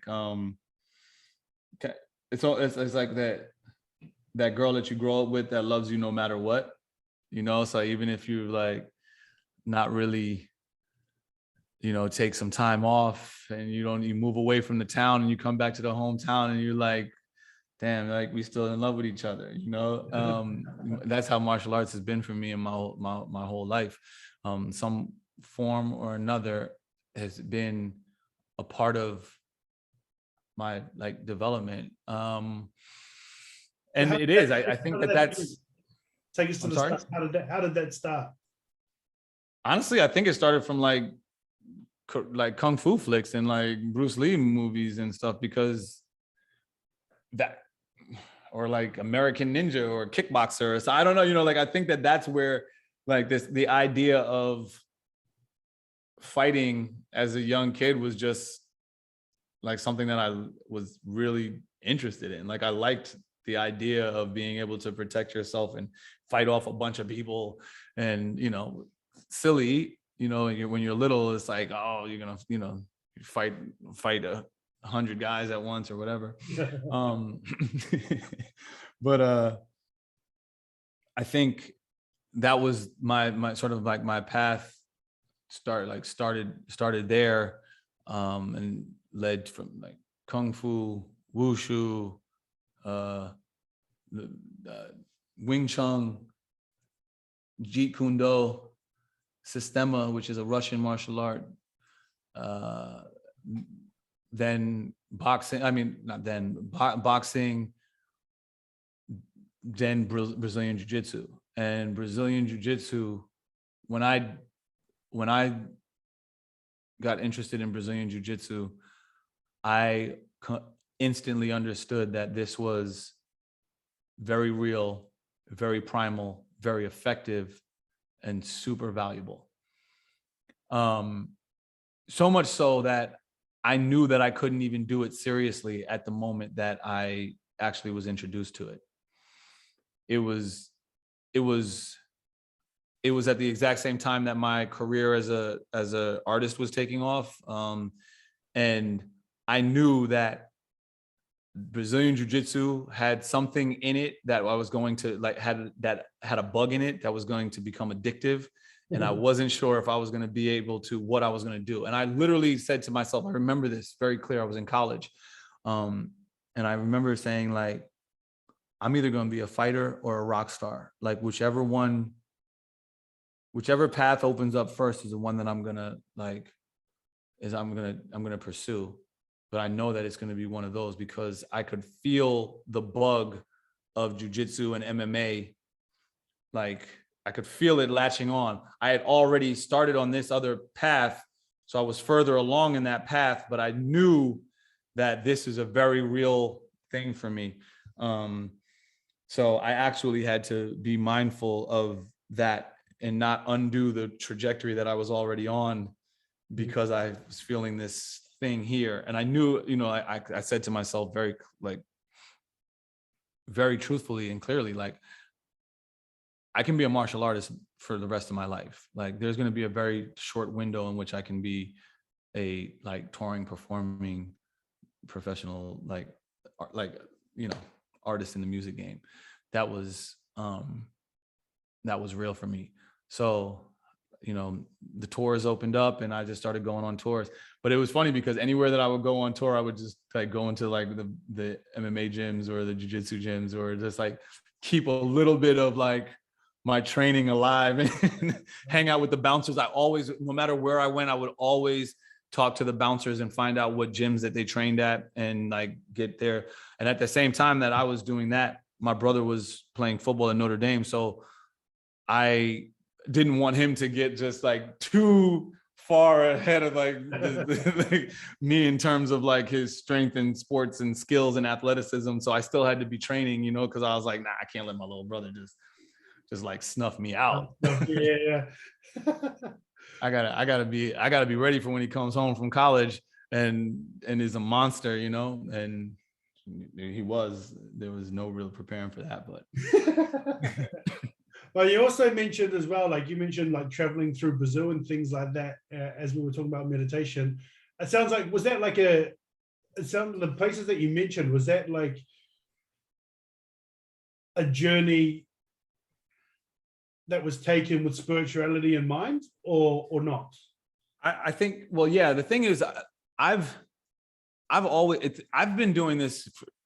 How do I say this? So, I was young. I used to spend a lot of time in the woods. I was really on my, building forts in the woods, being on some, I'm a Native American living in the woods. And I was just into being in the woods. I was into being in nature, into hiking, spending camping. That's very much a part of my journey and my narrative. Very different from my brothers. It was just my brother was present to it, but it wasn't his thing in the same way. Sports very much was my brother's thing. And I was always basically pretending that I was a Native American, lost Indian in the woods, lost Native in the woods, or a Shaolin monk. As a very young, that was I was pretending, I was hoping that's sitting in meditative positions in the woods as a little kid, hoping that someone would see me and be like, what is that kid doing? He's so weird. I remember that thought being I hope someone sees me I'm being my Shaolin monk. But the funny thing is, when you pretend to sit still in the woods in meditation, you end up sitting still in the woods in meditation. Like you can't, it's a weird thing about like that fake it till you make it shit is actually real. You start experiencing the woods in a different way. You start experiencing yourself in a different way. So I've always had a very strong sense of spirituality since I was a very little kid, because my connection to nature, I wanted to be like the guy that could get lost in the woods and could always come home and could always find out. Like I was into that. I was into like, I would do dumb shit like make food and dry it out and then you know, put it in Ziploc bags and then go bury it in the woods someplace, you know, and go eat it later on. Like, that was the type of shit that I was into as a kid. So I've always kind of walked with this. And my mom is like, just, my mom is spirituality. Like, I mean, the thing about spirituality, and I want to be like really careful with this language, is that literally everything is spirituality. It's just a matter of how deeply inside yourself you're willing to look at something and how deeply inside something you're willing to go. Because you could figure out the entire universe through a blade of grass. You know, like there's a lot of lessons in that plastic water bottle behind me. You know, it's just a matter of how deep do I want to go into that journey of this plastic water bottle behind me, this rainwater that I got behind me. Do I want to start to talk about all the elements that make that up, and then the processes and how it impacts the environment? And well, what is the environment? What are timelines? You know, how many different timelines are? We can go anywhere in anything. I genuinely believe that there is that spirituality is the all, and all is spirituality. So, you know, I don't think that you need to wear a fucking, you know, a beige tunic or, you know, be beaded up or have, you know, like I like. What would you say before about like pink crystals or some shit like that? Yeah, like you don't have, like, that's not. I think that you just have to be willing to, like you said, dive inside yourself or dive inside something and find yourself within it, because you are it within all, and all is within you. But so my journeys have always been with myself, and as a spiritual being, as a person who is thinking and feeling and curious in that way, I've always found myself in those type of scenarios where I'm like, oh, I can go hike into this jungle and go see this tribe who does ayahuasca. I'm going to do that. Yeah. You know, like, oh, there's, okay, like I'm, you know, like I go to Tokyo and I hang out in Tokyo and then be like, well, what's on those mountains? Like, oh, there's actually a really cool village in those mountains. Like one of the last, you know, like that's where so-and-so does such and such cooking or makes, you know, they actually make swords over there. I'm like, I'm going over there. Like I have to go over there, you know?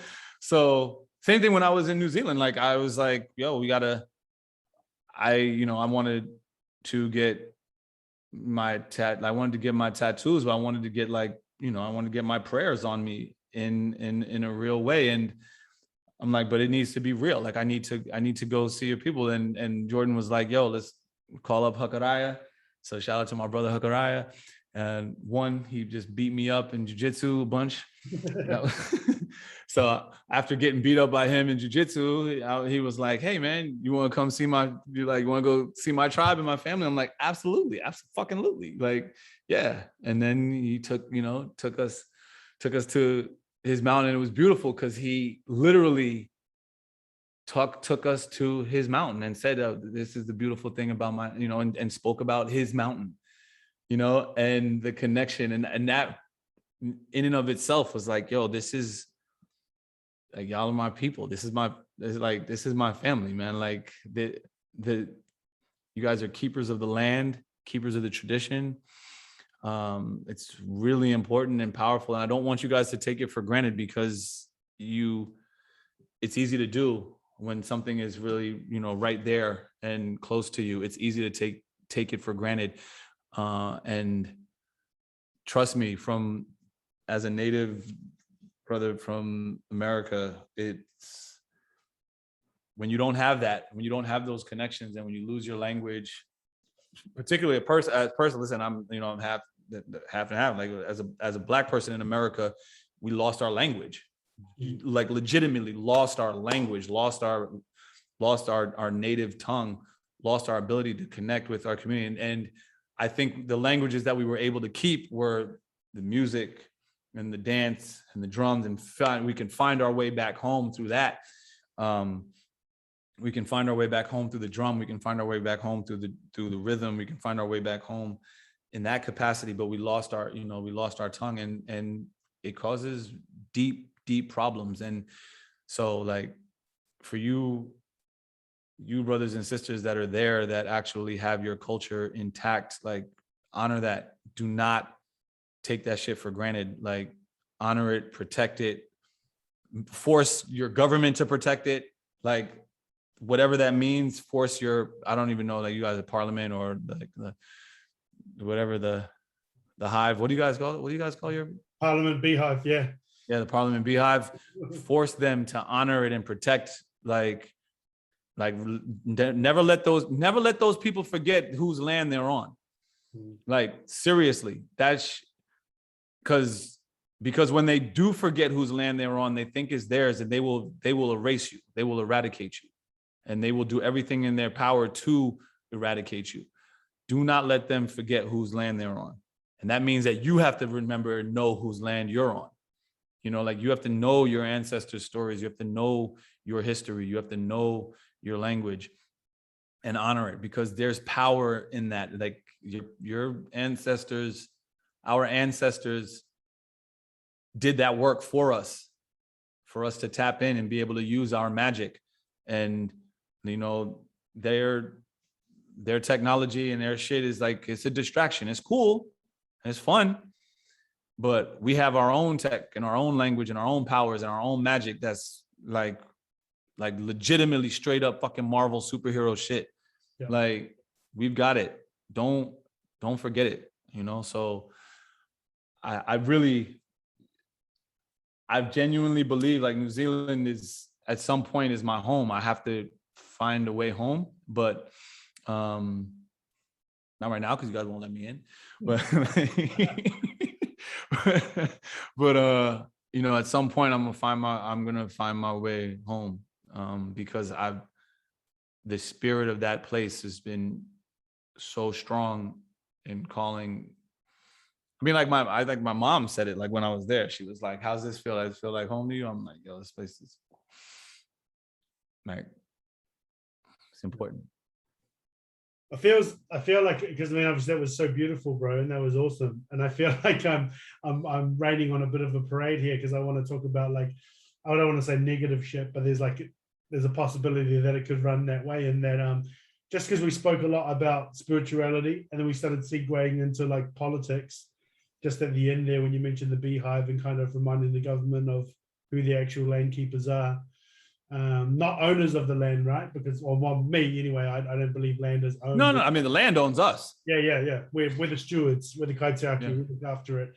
But it feels like, from what I'm seeing, and I want to know, like, what your thoughts are around it, spirituality is almost running a risk of becoming politicized, sort of. Like, it seems like a lot of people, especially on social media, are like trying to politicize spirituality. And I guess an example of that for me is like diversity, right? Like, and we've talked about how we want to have diverse opinions and things like that, but it almost seems like it's kind of getting greenwashed in a way that diversity has become a bit of a buzzword, and then alternative, because of that, we're getting fake diversity. What are your thoughts? What are your thoughts around those sort of things? No, I mean, I agree. Well, first and foremost, I think that anything that is given is not actually a real win or a real victory. So if something hasn't happened as a result of it being forced, I don't even believe that it really happened. Like, I'm going to be on, like, just in terms of me, right? Like, if you've been let out of something, jail is a perfect example. This is like, they let you out of jail, but they always can throw you right back in, right? Like, short of you abolishing the system, then the jailing system, you're always on the brink of being able to be put right back into that system. So for me, it's like when I hear people talking about like, well, we want to get we want diversity in X, Y, and Z. I'm like, so then do it. But if they grant it, then it's not diversity. Yeah. If it's granted, oh, we need rights. I'm like, well, if you think that if someone gives you rights, you don't have no rights. That's not rights. If someone lets me pick this up, like if someone lets me pick this up, I'm not the boss. Like I'm not the boss of gravity because I was able to pick this up. If gravity shifted all of a sudden, right, and I can't move my hand, I'm like stuck here. I never was the boss of like over this, you know what I'm saying, over gravity. So for me, all of these things that are happening right now, they all look like, if you follow me, then I always say everything is a psyop, and I mean psychological operation. Like everything is like being done specifically for something else that we're not seeing. It's like here, watch this. This is what you like, right? You like this, and it's like they're over here. They're just like stealing everything. Like, oh, I need this and I need that. But hey, check this out. You guys wanted to come in here, right? And it's like just taking. To me, I feel like everything's going like that's what's happening. So I feel like for me, as someone in New Zealand watching American politics, I feel like that is what American politics is. They like make noise over here, like look over here, but really you see what's happening with First Nations people and all this sorts of thing. It's crazy. But yeah, I shouldn't have cut you off. No, it is very real. It's batshit crazy, but I would not. I mean, I look at New Zealand politics and I think the same thing though. Yeah. I'm like, you guys, they are tricking you with complacency. They're tricking you with, you guys don't like America. We have guns, like lots of them. Like it's just a thing. It's not even like, it's like we have lots of guns. So America does have to do things in that way because they can't do what Australia is doing right now. Like America, it's like that can't happen in America without real violence, like real violence being. And the other problem is that the political right in America is armed and they're trained. It's not just the political right are also a lot of the military, ex-military forces there. So you can't do certain things. You can't push us and I'm not saying us, like, but you can't push Americans in a certain way. So you have to smoke and mirror them into it.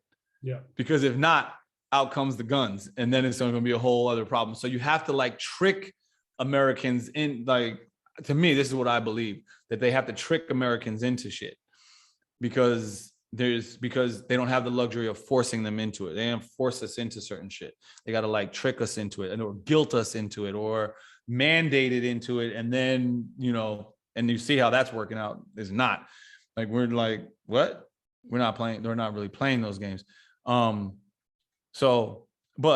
then on the other side, it's very hard to find natives who it's a weird space. We're in a weird space. I don't like that they use the Navajo as like actually, I want to stay away from that because I don't want to speak on specific tribes. So that part we could, actually we could leave it because the truth is I don't want to speak on specific tribes because there's a lot of people, there's a lot of diversity within First Nation tribes anyway. So, but ultimately, history shows what happens when people give up their weapons and they're able to be pushed into certain things. So it is real, but I don't know, man. I don't know where I genuinely believe that, and this is just my own belief, I think that there is something that's happening in consciousness, and there's a shift where information is coming at a rapid rate. People are aligning with a lot of ideas that create consciousness shifts. We're having a conversation about meditation, and how to find how the thugs can meditate and how to find stillness, right? Like, so that is proof positive that there's a conscientious shift that's happening, because otherwise we wouldn't even be talking about it. I think that there's a shift in consciousness, and as we come out of this, as that shift of consciousness comes out of one spell, the power keepers or whoever is in, on the other side and wants to control us are trying to literally create another spell for us to fall under. And they're like, listen, well, that spell is failing. We need a new one. Well, let's give them technology and the metaverse and, and throw them into video games and the simulations. And I feel like there's a new spell that's being bound as we're coming out of one, because we're evolving. They're quickly building, creating a new one. And anyone that studies magic or the occult or anything like that, you understand that there is no spell that could be cast that isn't co-created, that isn't accepted by the person who is under the spell. A person has to agree to the spell in order for the spell to work and hold and bind. That's in literally all spiritual traditions, occult traditions, magic traditions, ancient traditions. The moment that you want out of a spell, you can get out of the spell. It's just, and usually spells have to be casted in a way that the person accepts it. Kind of like, what was that, like True Blood? Like the vampires they had to be invited in. Like, yeah, you know what I mean? Like, that's kind of like what's going on here. So what are some of the things that are happening that you think that are leading? Like, what are some of how does that look tangibly in what's going on right now? Like, how are people, what's being put out there to see whether it's going to be accepted or what? That's, I guess, that's the Trojan horse, so to speak. That's the thing that's being sent in to create that. Well, I think that this idea, this dichotomous idea where it's like vax, anti-vax conversation, I think that's like a testing ground. I think that's a spell that we're putting on each other in terms of literally sort of devaluing people based on whatever their stance is. And I say that on both sides, right? Like, people think that people who got the vaccine are idiots or something. And I have been guilty of maybe not that language, but I've been guilty of undermining, people's choices in certain ways. And I mean that not only just with this vaccine thing, but like across the board, like, being, not being, sensitive to the fact that, people make the decisions that they make at the times that they make them from the space that they're at. And, it's the best possible decision that they could have made in that moment. And for me to sit at a different vantage point and see things differently and then pass judgment on them, that shit is whack, but I do it, you know what I'm saying? Like, and so sometimes, yeah, but I think part of it is recognizing like, okay, that shit is whack, like try to get in front of it when you can, and not do it and if you do it, try to undo it when you realize like, yeah, that you find yourself doing it. Try to be like, yeah, don't do that, because you don't know what they got going on. You don't know their space.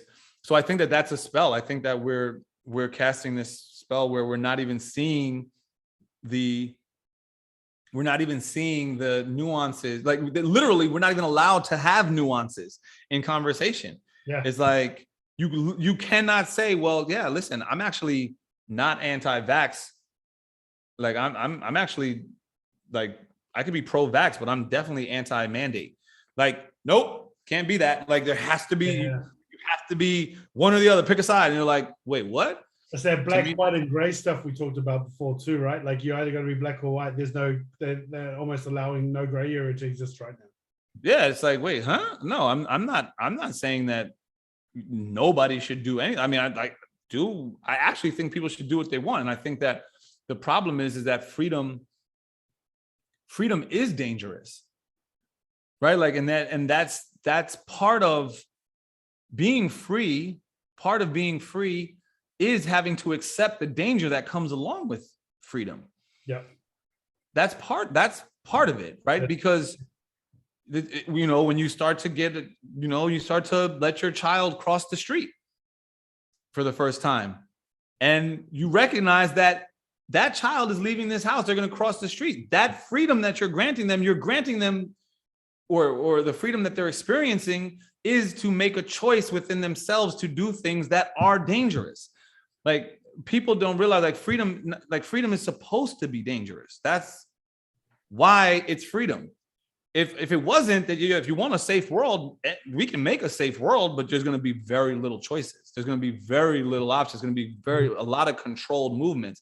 Like, the world can be very, very safe. We can do that. That's like a very doable, achievable metric.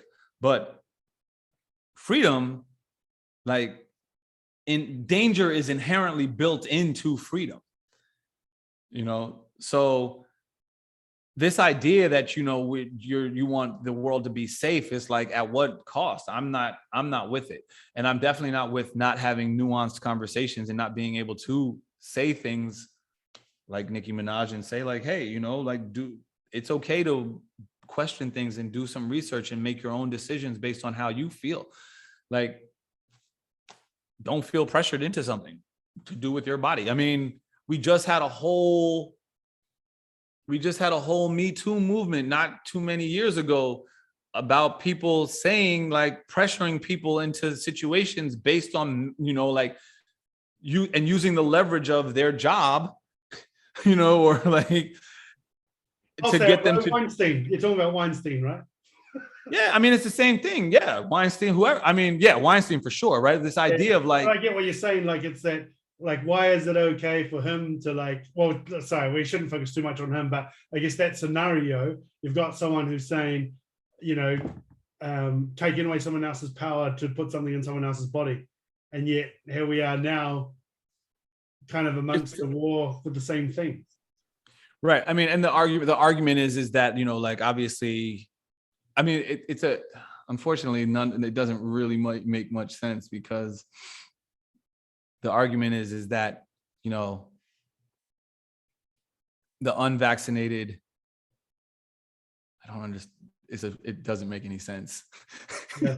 The argument is that the unvaccinated pose a threat against the vaccinated. And so the unvaccinated are keeping the COVID situation around, but it's like, well, don't the unvaccinated only pose a threat to themselves?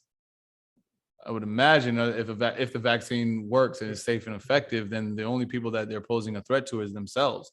Otherwise, what's the point of vaccination? Like, so then again, why are we mandating people who are accepting the threat, the danger, who are saying, I accept that reality that I may catch COVID? Well, and it's like, no, but you might give me COVID. It was like, well, aren't you vaccinated from COVID? Yeah, but I can still get it. Well, then you're not vaccinated. So why? Like, so then maybe should I be worried about you?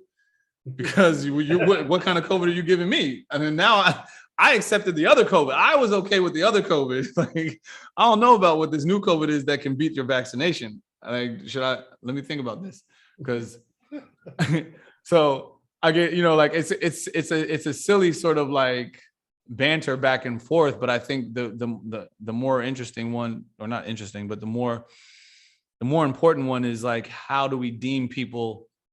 How do we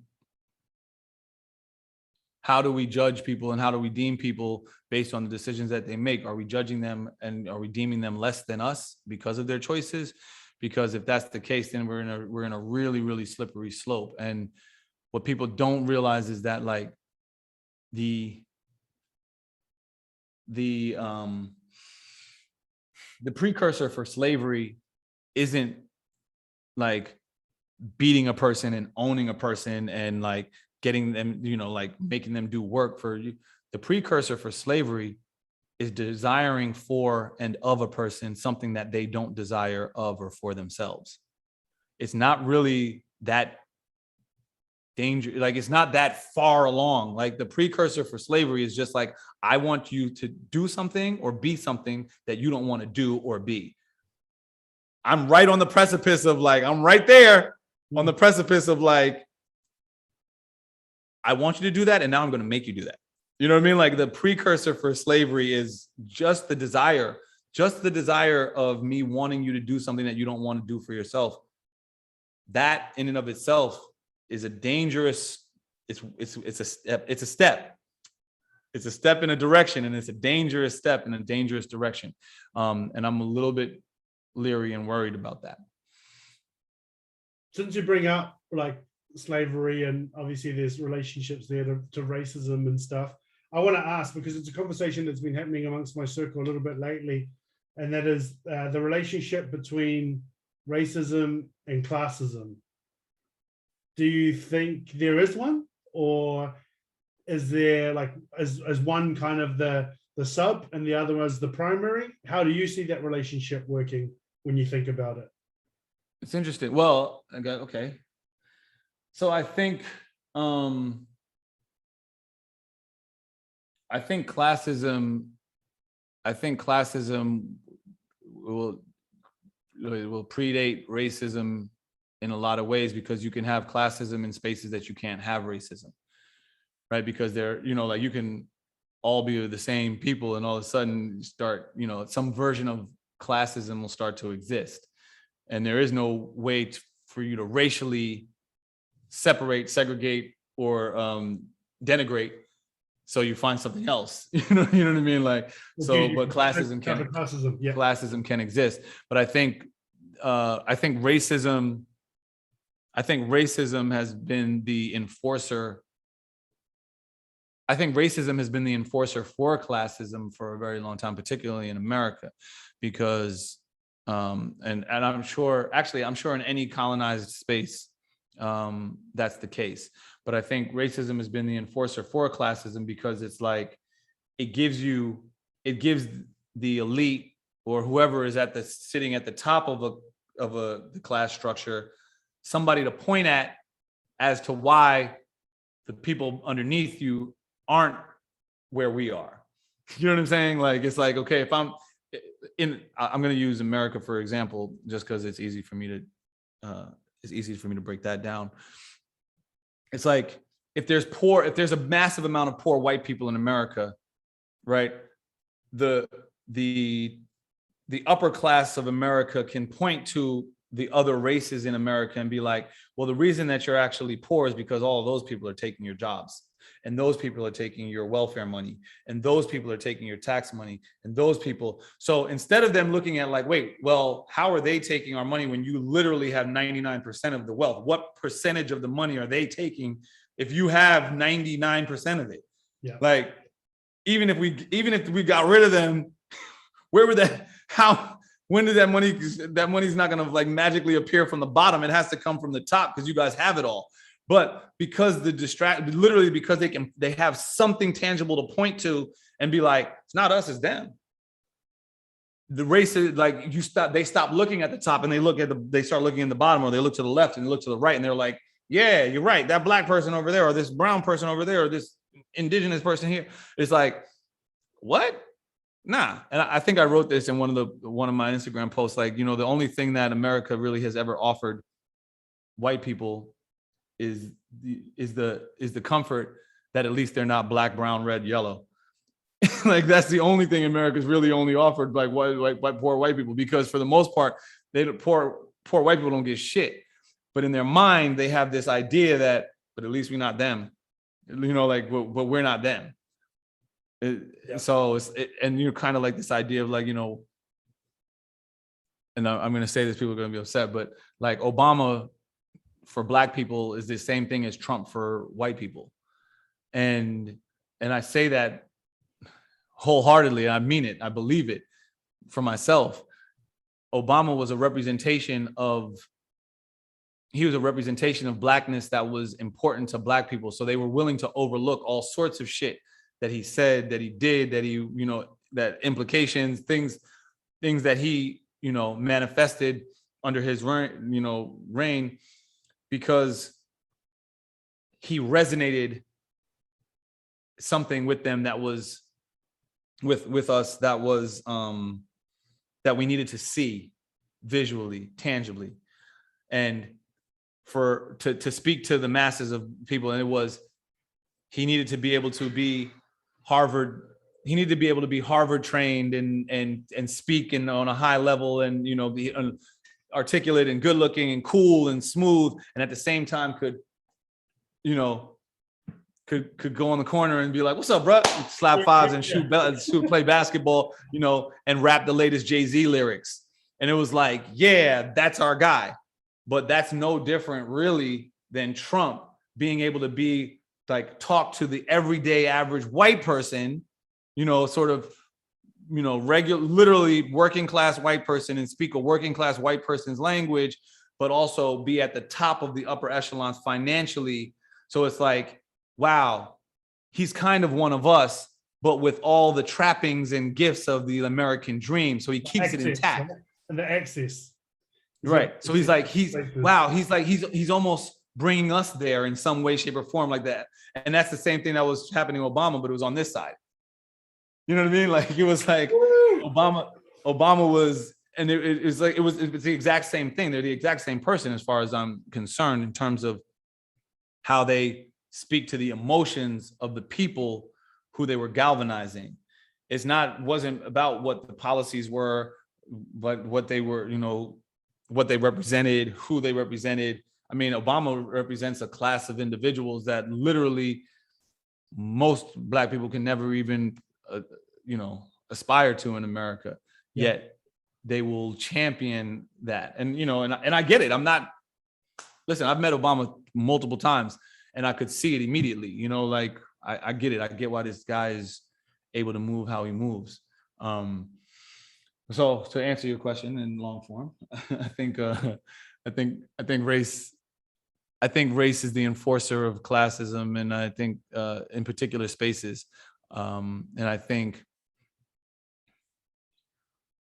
I also think that I think that there's hierarchies that are real. I don't think that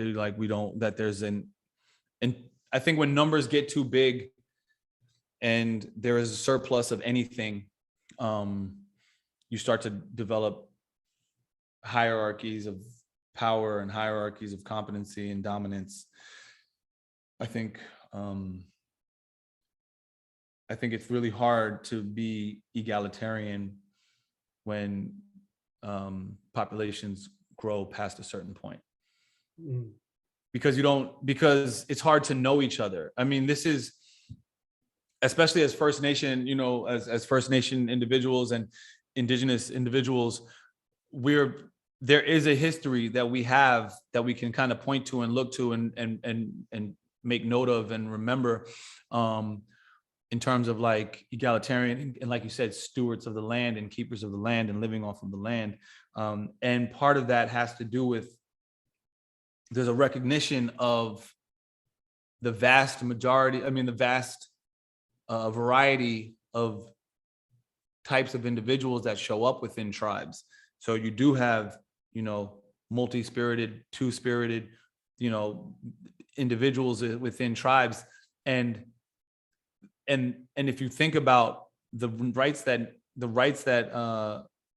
the LGBTQ plus community is fighting for, are rights in 2021 are rights that they fucking had in like 1396. You know what I'm saying? Like, these are things that existed, but they exist within a space because when you live in a tribe or in a smaller unit, it's much easier for people to be accepting of a whole bunch of things in a smaller setting, because one, when you're in a smaller setting, your numbers don't seem so as little, and also if there's 1,500 of us in an environment, it's easy to know 1,500 people. You can really know 1,500 people, and you can know those two-spirited individuals, who their moms are. You can know who their dads are. You can know who they are. It's relationship, right? It's relationship is real. You have a context for them, right? Like, they're not other. Yeah. And they are a part of both. They're not right. They are us, and they offer. And the beauty of it is not only are they not other, and with fear, there's something mystical and magical about them, because they offer us a glimpse of balance that no one else in the tribe can offer. So there's something really literally spiritual, magical, shamanistic about this being who walks multiple paths, right? You know, and who is able to, like, and who. I know, like, I mean, with the echo chamberness of it, like the smaller the echo chamber, not to make it transactional, this makes it sound really transactional, but you know, with the smaller number, the smaller echo chamber, more interactions happen because there's less people. And so interactions equals stronger relationship. It's essentially what a relationship is. It's an increase in interactions, whether that's quantitative or qualitative. You know, you can have a real deep interaction or lots of mini interactions, but that's what enforces relationship, right? And I know, 100%. And I know within Māoridom, so you spoke about two spirits. So in Māoridom, we have a term what's called takatapuhi, but it means the same thing. And like when you break down the, I think is it, you'll have to correct me on this one, is it etymology? Is that how you say it? Yeah. So etymology, so like and this is what I was taught. I understand people listening, you might have been taught something different, as is with tribal languages or indigenous language. There's always different variants. But what I was taught is that the etymology of takatapuhi, so taka means to like fall or like move. And then tapuhi, well, ta is like, I guess it's like it's the to and from of the movement. So it's not just traveling in one way, it's ta is to go and also to come back. And then puhi means is like a variation of the word wind. So then like when you put it together, it's traveling between different winds. And so, and that's like, could be like into two spirit, right? Or like. Say the word again one more time. Takatapuhi. Takatapuhi. Awesome.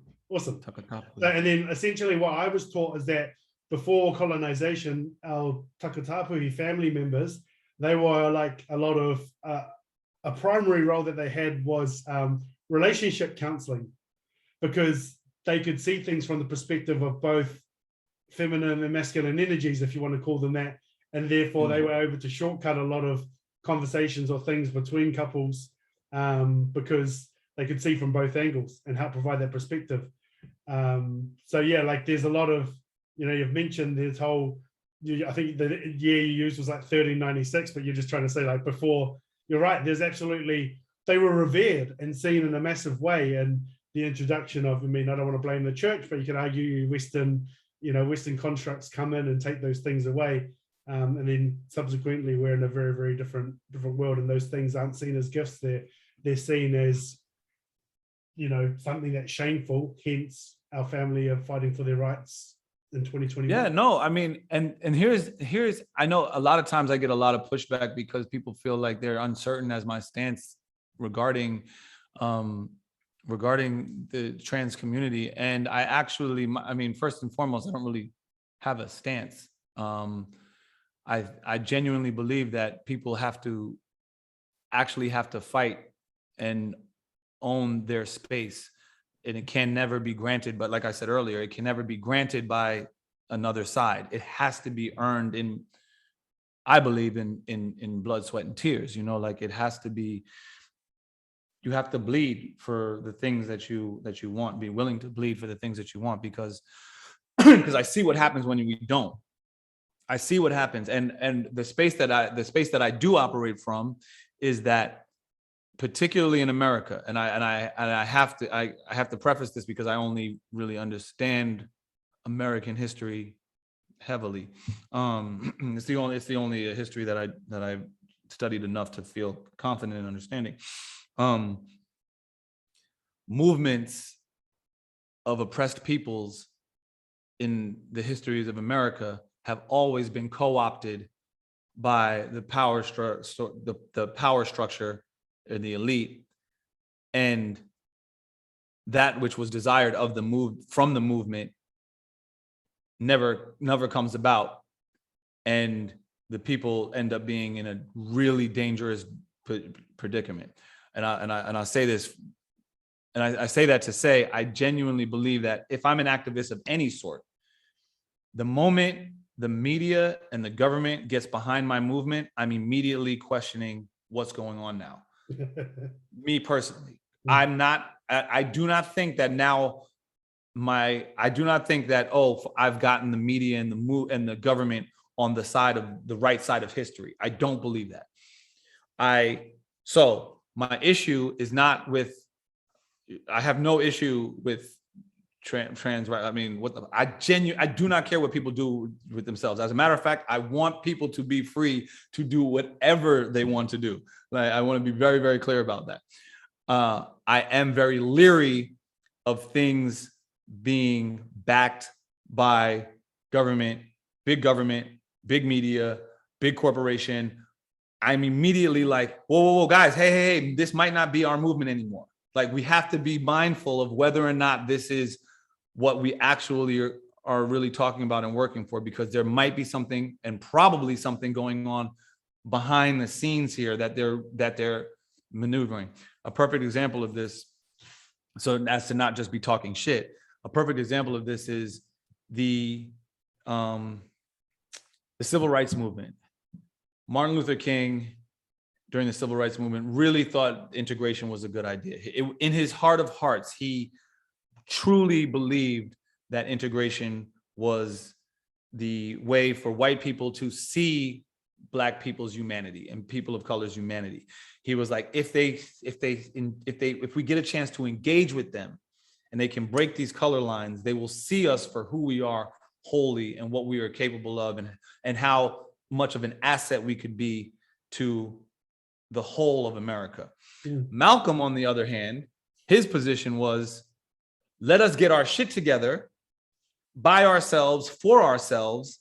And when we're producing the best fucking brain surgeons, and when we're producing the best cancer research centers, and when we're producing the best teachers and the best doctors, they're going to break the color line because they need what we have.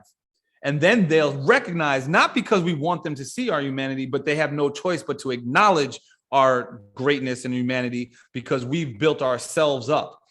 Us desiring to be with them is going to undermine us. Those were essentially the two positions.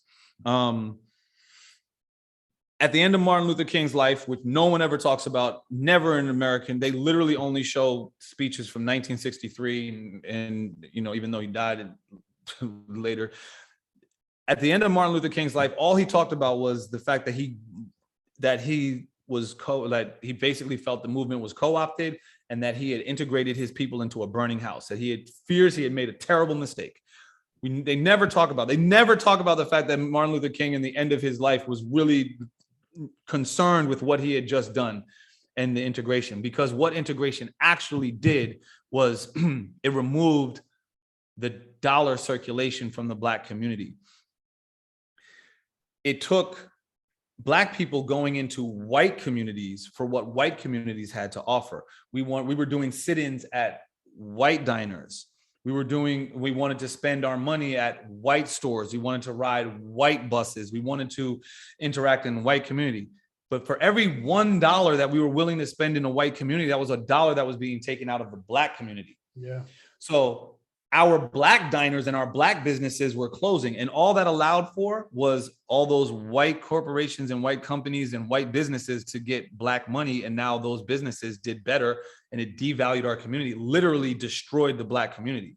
Like 100%. There's no arguing that. I don't care what scholars you bring me, anybody, and they'll have to agree, because we have the proof. We know the economics of it. Our money got removed from the Black community. We lost jobs, we lost teachers. Our schools got defunded because the government was funding and supporting integrated school systems. But those integrated school systems were in white communities. We were busing Black people into white communities. White kids weren't busing themselves into poor Black communities, and then that government money going to those schools. So literally, the white communities were getting this new money for integration that the government was backing. That was going towards white schools that were already had money because of taxes. So, and essentially more money that was getting away from Black schools and Black community.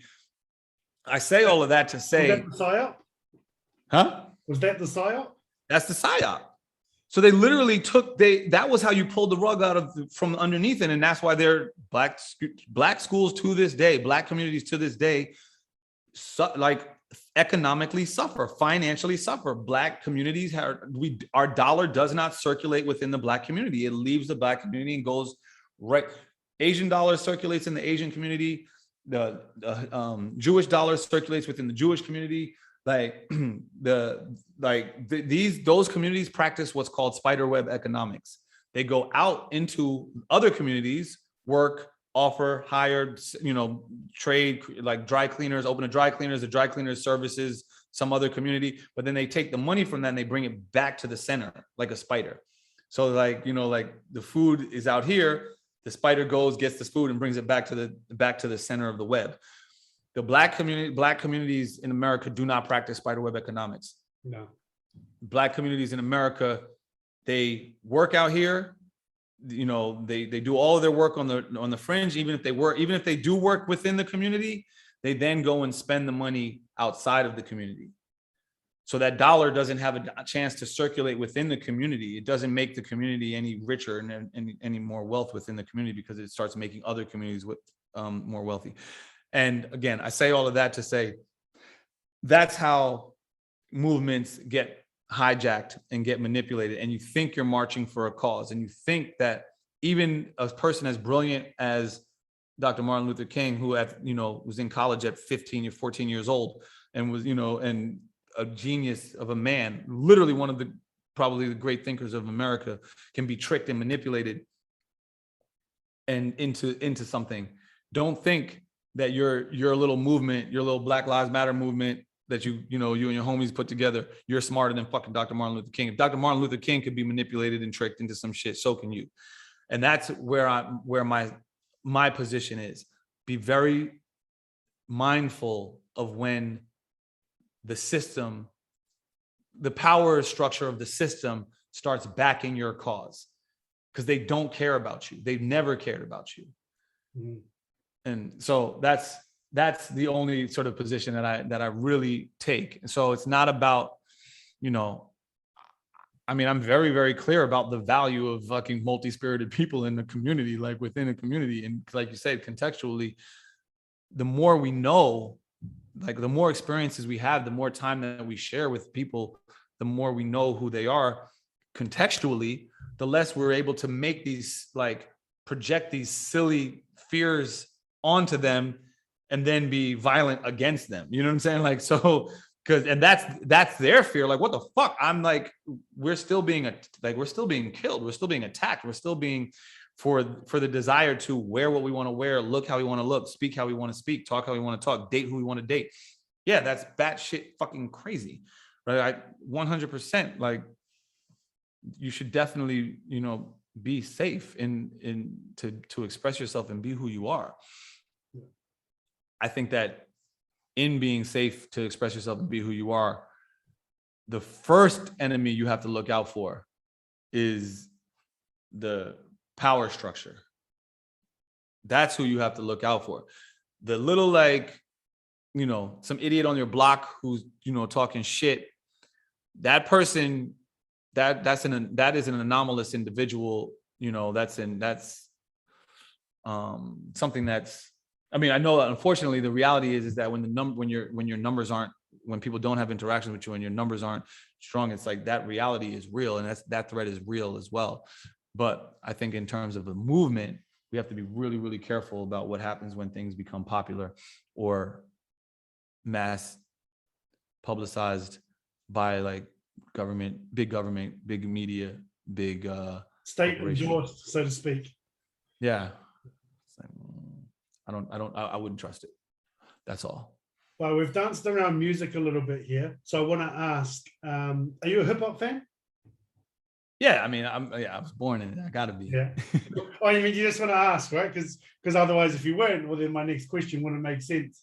And this is a completely selfish question. This is for me because it's something that I get hit with a lot, and I don't really have an answer. I haven't really, it's not a conversation I've had out loud with another individual yet. But I do wonder kind of where you're at with that. And to be honest, I'm probably making this to be a bigger deal than it needs to be. But With the misogyny that exists within hip hop, how do you kind of reconcile that, or do you even? I mean, I don't think you can. I think the psyop in hip hop is real. Like that was a plan too, right? Like the financing of an NWA, whether they want to admit it or not, the financing of an NWA at a time when Chuck D, Public Enemy, and the like the Rakims of the world and the Big Daddy Kanes and these type of individuals who are lit, especially in New York from the East Coast, is like big giant African medallions and and people calling themselves gods and practicing and following the Nation of Islam and Malcolm X, like being a big, and then all of a sudden this massive movement of gangster rap comes out of the West Coast where literally like it's like the total opposite. Not that that's not real. That is definitely a real element of the Black experience in America. But again, when big money gets behind it, big media, big government, and like all of a sudden there's a push behind this thing, and it's kind of everywhere and cool and all this shit. It's like the wave is kind of undeniable and is real, and I there is no way to really reconcile that. It's like we have to at some point acknowledge that we want to tell a different story. And if we don't want to tell a different story, then we have to acknowledge that this is the story we want to tell. So this is the life that we're going to continue to experience until we start telling another story, and because as much as you think that art imitates life, like art is really writing life as much as life is writing art. We're deeply connected and bound by these spells that we cast on ourselves, and they're real. And some of them I love, like some of these, but it takes I also recognize, like I said, I have to be still and unpack a lot of stuff and see where things come from. I'm like a big, I don't know like what you guys are listening to out there, and but right now there's a group of guys out of Buffalo, New York, called Griselda, and it's like West Side Gun, Conway, the Machine, and Benny the Butcher, and some of their crew. Was it Steve's? What's his name? The Stove God Cooks. It's a crazy name, Stove God Cooks. But they're like, it's like high level drug dealer, gangster noir, luxury rap. And it's very like, it feels very late 90s Wu-Tang-esque to me. And I love it dearly. Like my favorite song on DMX's, rest in peace, DMX's album is the one with, Griselda with West Side Gun in them. And West Side opens the whole song up where he says $80,000 home, $80,000 $1 million neck. And I think that that's a hilarious statement, but I've witnessed that type of shit where someone will be like in a trap house, or they'll be living in like a $80,000 house, like an $80,000 crib, but they'll have $1 million on their neck. It's like, that's some real hood gangster shit that I've like, that I'm familiar with. And I like that a person was able to capture that visual image in a linguistic articulation, like there's something really magical about that too, like, so it's like, it's almost like you're in this bind like I said earlier, you can't really be there's no spell that can be casted that you don't want to be under, like that. I mean, if you don't want to be under it, then the spell's not going to work. So there's a part of me that is like, I know that there's a part of this spell that I like being under, when I hear these type of lyrics, they're fucking like, it is what it is. I know those kids. I grew up with a bunch of guys like that, and so I appreciate that aspect of it. And I also appreciate that they're not doing what seems to be popular right now, and they're doing it well, and it is catching fire and taking, and people are responding. So I fuck with that, and I respect that from them. But again, I don't think you can reconcile the misogyny or the violence, and I think we have to be honest with that. Like, we're gonna suffer for a while if we keep that up, Bro, and second to last, I'm gonna see if it'll let me do this with you real quick.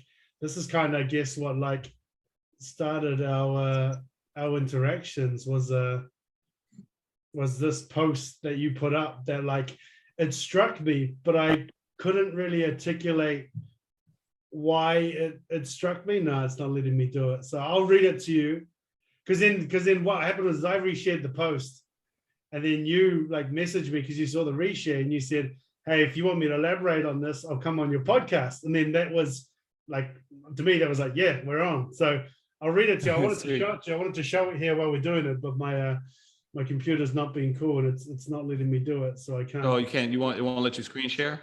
Nah, it won't let me do it with this piece. Somebody's watching. No. But it says, if things seem crazy to you, it's because you forgot we were at war. If things don't seem crazy to you, it's because you never knew we were at war.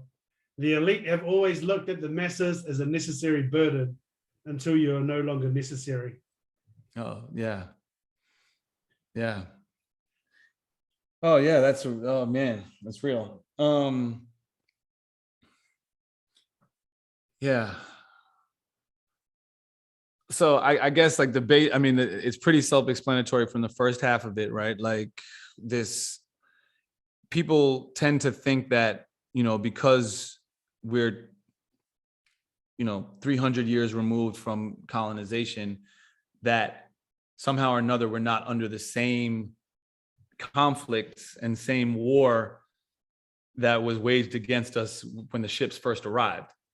And it's like, no, we are in our ancestors fought those battles. We're fighting our battles of the same war.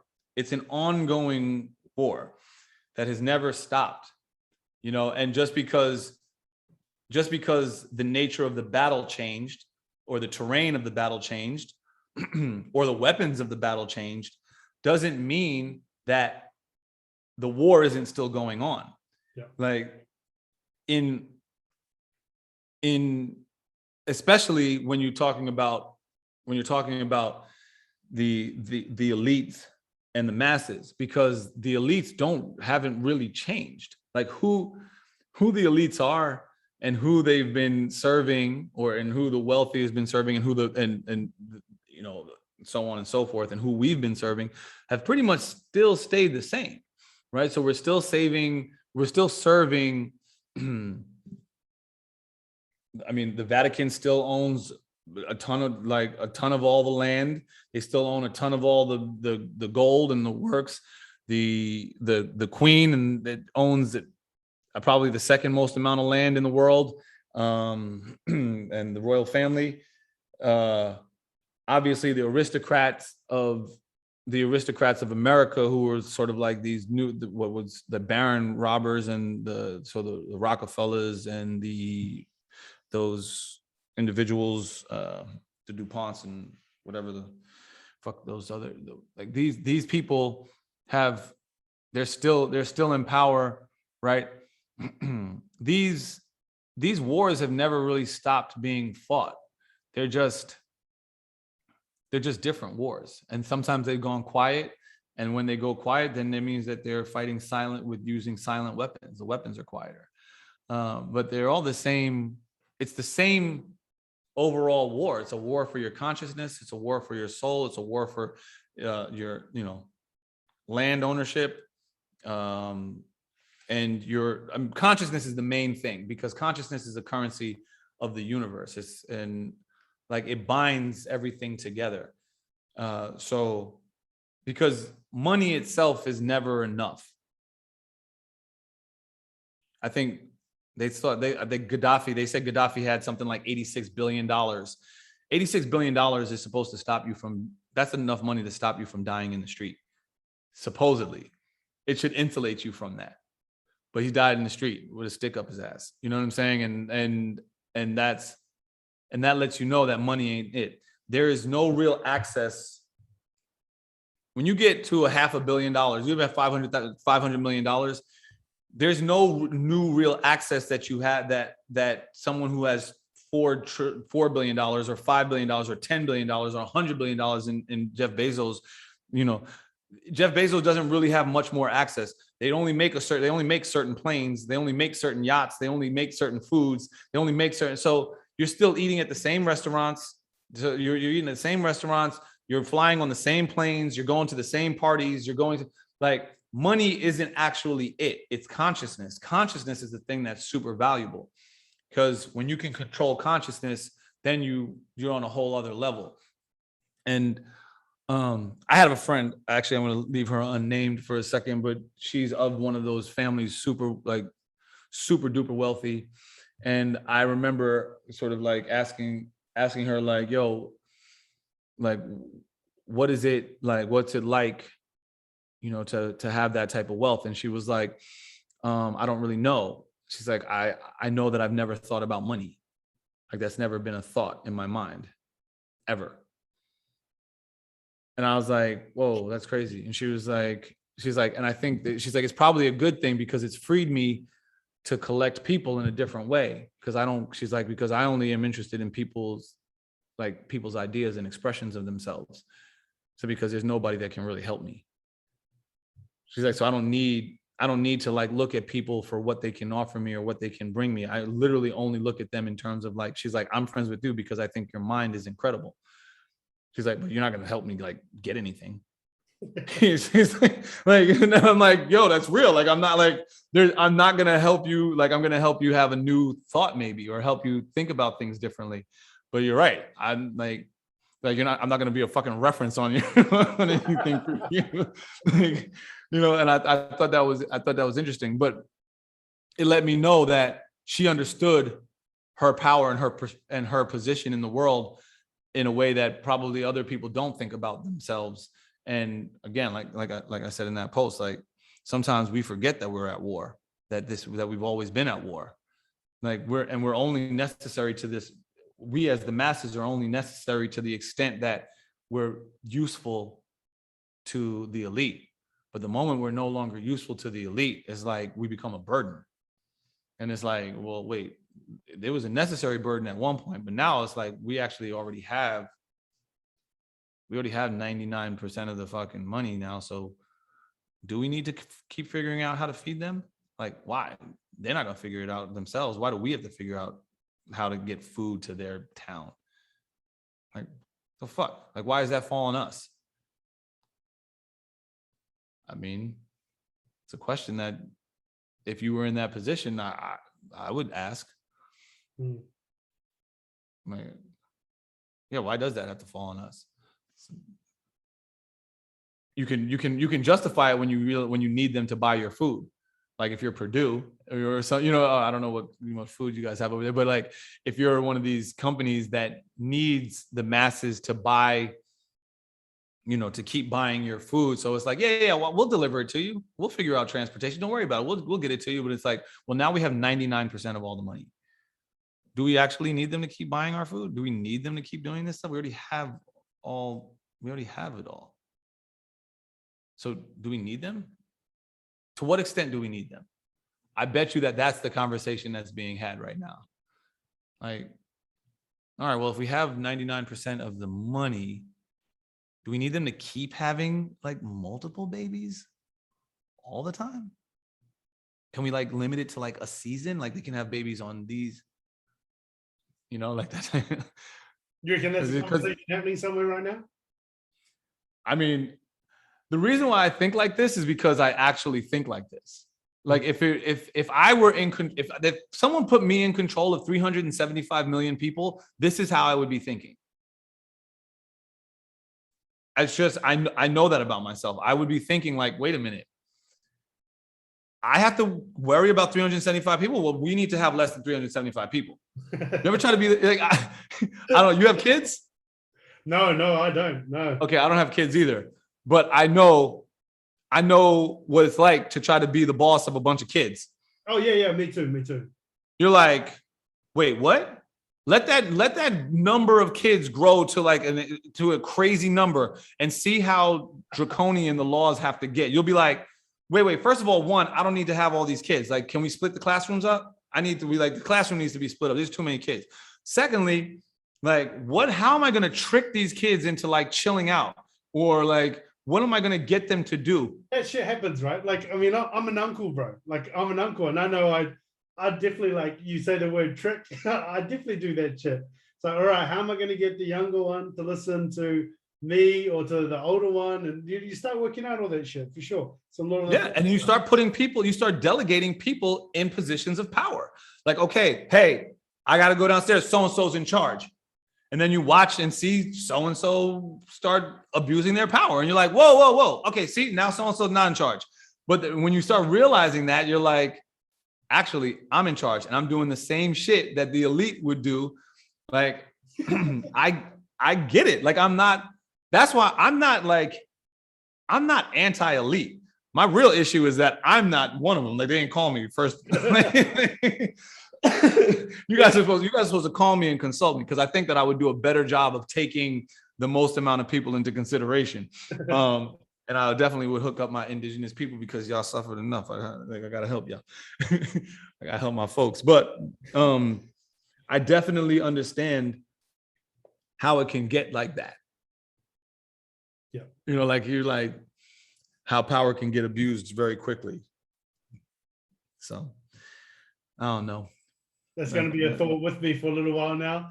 I'm going to be analyzing everything I do. Like, all right, like if I'm in power, how am I actually going to behave? And I'll be watching all the shit that I do and how I move.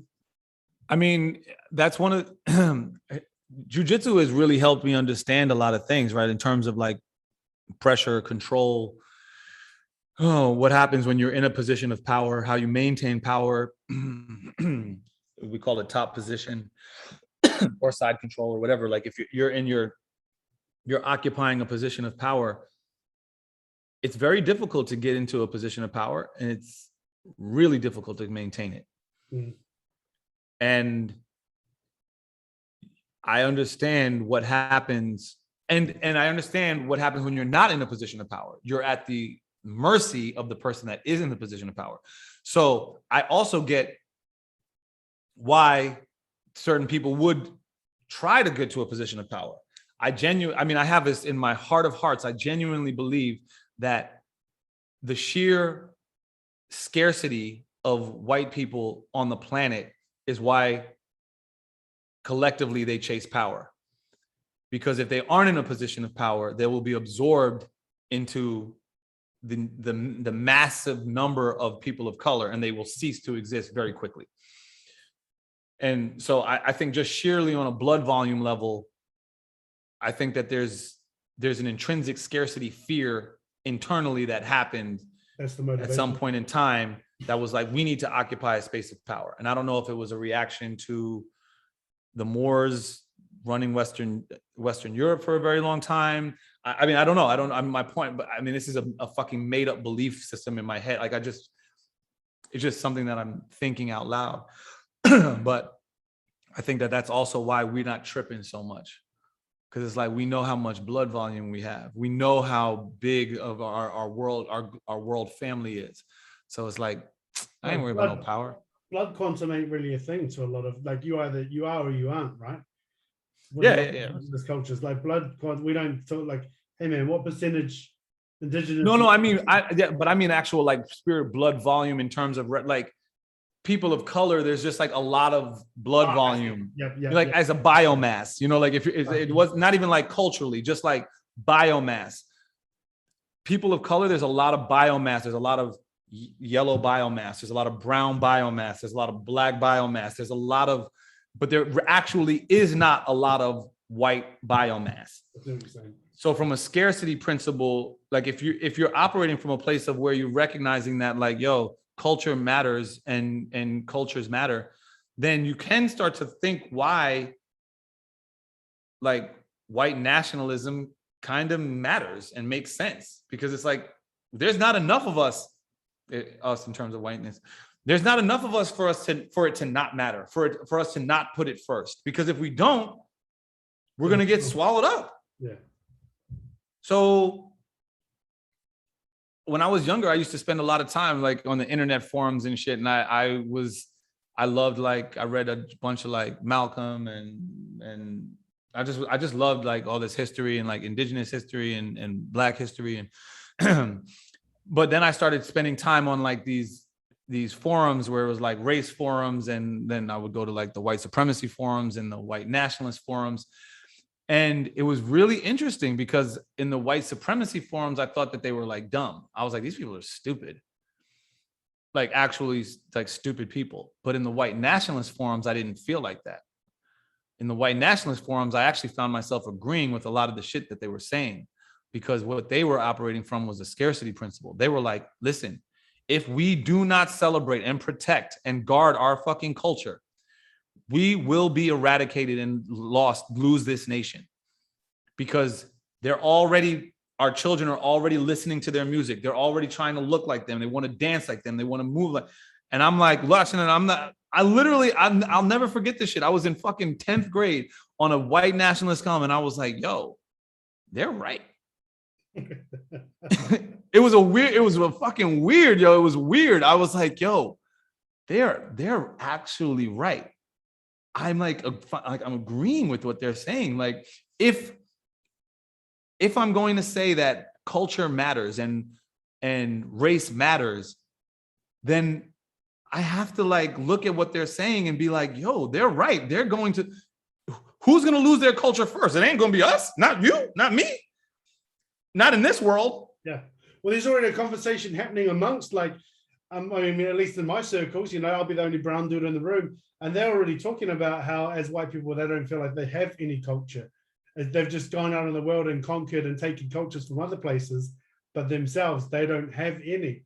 So I definitely understand, and that's just their perspective. I understand that, like, there's other people that would think different. I get that. And, you know, I even argue things like when you talk about, because what I always trip out when a lot of white people will talk about, like, they won't talk about being Scottish or being Dutch. They talk about being white. Like that's the terminology they use. Yeah. You know, and that's actually really sad, because I have Celtic, Celtic ancestry in me, and I actually really, when I look back and study the Celtic traditions, I'm like, these are native traditions. These are indigenous traditions. All indigenous people all over the world. I do not, and that indigenous, that doesn't mean fucking like of the land. Not like indigenous of the land, like off the land. They all have the same practices. They all have animal worshiping. They all have nature worshiping. They all have origin stories that tied, you know, the skies to the earth and the earth back to the skies, and children of both sections, children of the sky, children of the earth, literally all over the world. They have these same stories and these same narratives. And it's like, it's very sad when white people feel that they have no culture. And I think like that's why they are so quick to grab onto that like crystal and go do ayahuasca in Peru and go fucking, you know, like go to yoga and do Paramahansa Yogananda and read fucking like, and they like trying to find themselves through that. And I'm like, yo, it's because you've been told that you've been made to believe that, and Christianity did this to them. This is one of those things where, you know, like the oppressor always ends up oppressing themselves just as much as those who they oppress, you know, like patriarchy has done as much damage to men as it has to women. Like we are damaged as a result of patriarchy, you know, like these are these things that these oppressive regimes, like they put unrealistic expectations on men to do things and be things that is like, wait, who the fuck said that we got to do that and be that? but it's like patriarchy. And like, so patriarchy is damaging, these systems are damaging. Christianity eradicated these people's narratives. The first people that were colonized were fucking Europeans. They colonized themselves first and then took that fucking show on the road. Yeah. Like, you know what I'm saying? Like they mastered that shit at home. So the people that have been colonized the longest, who are under who have been under the thumb of colonization longer than anybody else, are fucking Europeans. Indigenous Europeans have been under the thumb of colonization longer than anybody. So when they say we're white, that speaks volumes to how far along, how oppressed and how colonized they truly are. Because they forgot. They forgot that their Irish Celtic traditions, their Scottish Celtic traditions. They forgot their Norwegian, Nordic fucking traditions. Like they forgot that you guys are bad motherfuckers. You got fairies and fucking Thor and lightning and shit. Thunder, fucking, Valhalla. You literally couldn't even get into Valhalla without dying on a battlefield. It's like, I have to die out there. These motherfuckers are bad motherfuckers. Like y'all got your own shit. You don't need to come talk about your fucking spirit animal from like our indigenous culture, and you don't need to fucking talk. Go to your ayahuasca. You got mushrooms that grew in you got plant medicines and spirit medicines that grew in your culture. You have a tie, you have a lineage. You have to be comfortable with going back there. Unfortunately, what they don't realize is that Christianity erased that shit from them. And it's like I said about patriarchy. Patriarchy.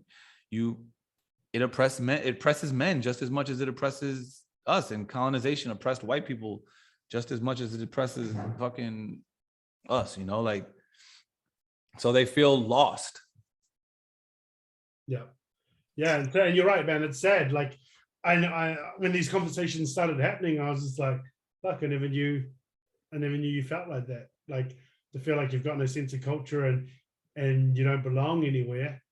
That's crazy, because I think that's me personally. I know that's something that's always given me a lot of confidence going out into the world, is that no matter what goes on, no matter how much I fuck up, no matter the things I might say to piss people off, or whatever I might do, I always know where our land is. I always know where I can come back to.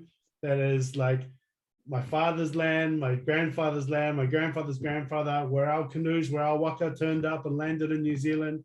I know where that spot's at, and I know where I can call home. So you can bash me around and hit me with whatever, but I like, it's like a video game, right? Like, I've got a checkpoint saved here, so I can go out and do whatever I want, because I know I'm coming back to this checkpoint at a bare minimum, and I love that checkpoint. And then I guess some people in the world, that other world, they feel like they don't have that, or they don't have that. So I empathize wholeheartedly. I think that's kind of the healing of the world that we can offer. We can actually heal them in helping them to understand that they do have it, and that it's their job to actually dismantle. It's not really our job to dismantle patriarchy in that capacity. They can actually dismantle it for us, because it's keeping them under the grip. They're the ones that are actually under the grip of patriarchy, even more so than us. Patriarchy, I'm sorry, under the colonization. Men are the ones that are under the grip of patriarchy, especially what would be considered like the alpha men. We're the ones that are really suffering under fucking patriarchy, because it doesn't allow us to be our full selves. It keeps us confined to these ideas that are just so small and so limited. And then it's like we don't even get a chance to experience women at their fullest.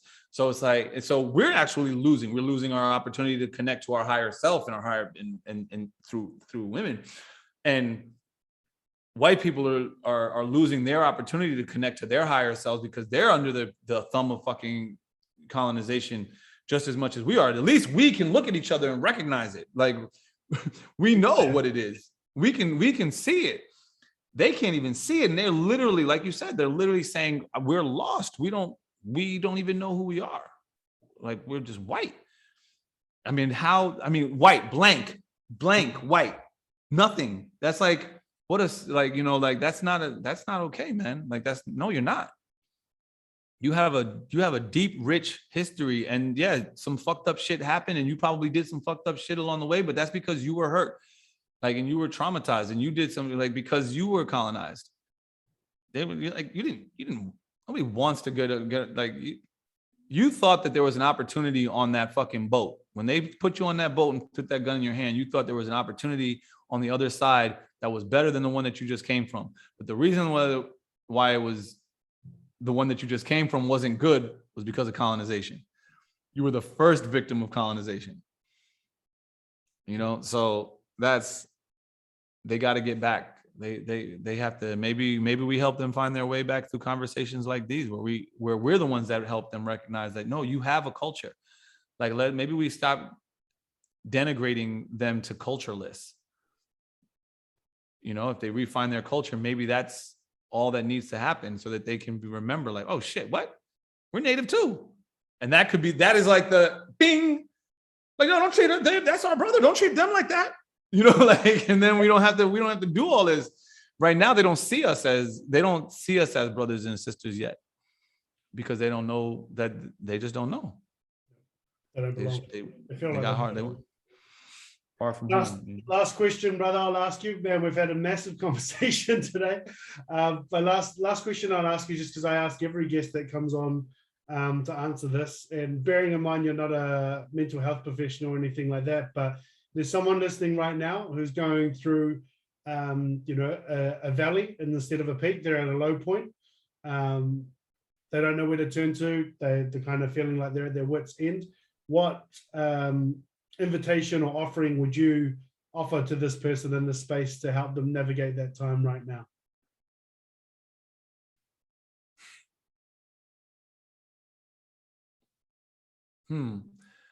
It's interesting that you would ask that question, because I very often am vocal about the fact that I am not necessarily the one to come to in certain moments, because I am the sort of rougher spirit, like I'm the warrior spirit. I'm the one to come to, like, I'm not necessarily the one to come to for healing. I'm more so the one to come to for strengthening, you know, like, and for, and I have to, and it took me a long time to sort of realize that about myself, because I realized that I'm actually not, I'm more of a detriment in certain moments, because I'm like, nah, yo, fucking lace up, it's time to go. You got to keep pushing, you know? And it's like, nah, sometimes you don't need to keep pushing. Sometimes you need to be still, and let things heal. So it's an interesting question, because it begs me to reflect on myself a little bit, in the areas where I have some blind spots, and some shortcomings. And one of them is in empathy and sympathy. Maybe not sympathy, but sometimes I'm not as empathetic as I need to be or could be. So it's a really strong question. I think the thing that I would tell them is that they literally are stronger than they can ever imagine themselves. And any limitation that they believe that they see or feel is a limitation that they've created. And I wrote this one time on one of my things, like, I've never met a limitation that I didn't create. And I really mean that. We're constantly co-creating our experiences, even the worst of the worst. And if you're a person that believes in karma, then you have to believe that anything that you experience is part of either your karmic debt or your karmic bank account, you know, like your karmic surplus.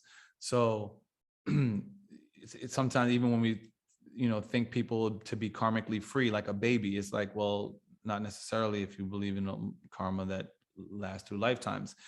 We genuinely do not know. And if we look at time and it's not linear, not in a linear fashion, but time being just all over the place, sometimes you need to suffer to build your bank up, you know? So sometimes when you think that you're in the low, what you're actually doing is you're powering up for something to come, you know, for something else. And again, that these limitations, these ideas of lows and highs, everything is always balanced. And that low is a much needed moment. And if you can honor that as a much needed moment for something, you don't necessarily need to know what that something is, but if you can honor it and say, look, it's low because it's low right now because of my perception from where I'm looking, you know? But if I pull back far enough, I can see that this dip here is what is like gathering the momentum for this situation. And as the farther back you pull out, the lows don't look so low and the highs don't look so high. And you keep going back and it's like, well, actually it's not really that moving at all. And then you go further back, you're like, this thing is a fucking straight line. You go further back and you're like, it's a very thin line. You go further back, there is no line at all.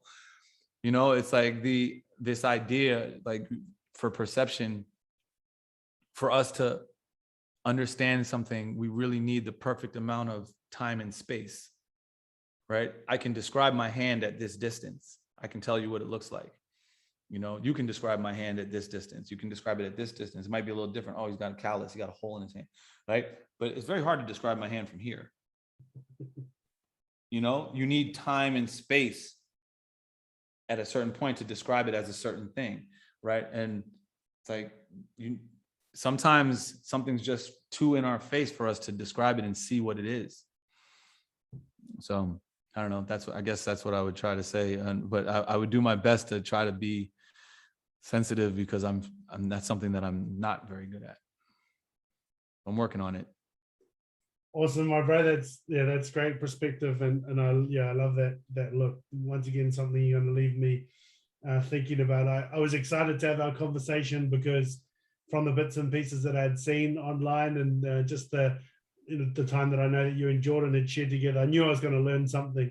I had no idea what that was going to look like or what that might be, but I just knew that there was something to gain in terms of, there was just always going to be something to learn. There were always going to be some inner challenges. There was always going to be some thought provocation and values questioned.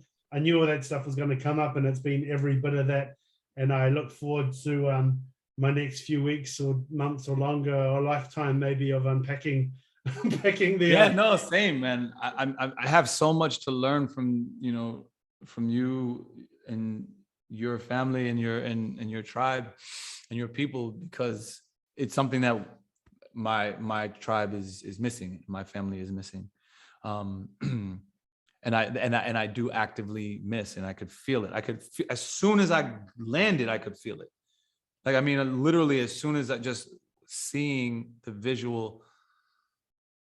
My girlfriend at the time is also Native. She immediately felt it as well. Like, immediately could feel like, wow, what it is like to see a woman with her traditional Native tattoo on her face greet you and be able to be who she is, like, and out loud and present and visible, and like, I see you. I'd say it's just a really special, amazing thing, man. And I'm very, very grateful and for that moment. And so I have so much to learn from you as well, and I'm here for it. Cool, bro. All of you, all of the yous. Anything you want to say before I wrap up? Any final word, final comment? Oh man, no, man. I guess I do have a podcast coming very soon, and which is another reason why I wanted to do this podcast, because I want to start building my community of podcasters and individuals who are taking these moments to set forth intention of interviewing individuals. So I wanted to practice and honor that and honor you guys. So the podcast is called Netic Knows Nothing.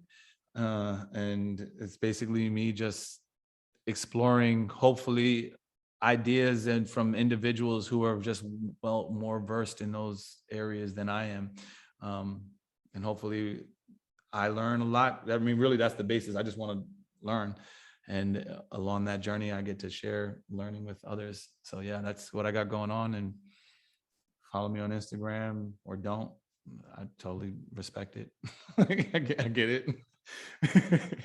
Cool, bro. Well, thanks again for joining me, man. It's been awesome. Yeah, man, I appreciate it. And no doubt we'll be in touch.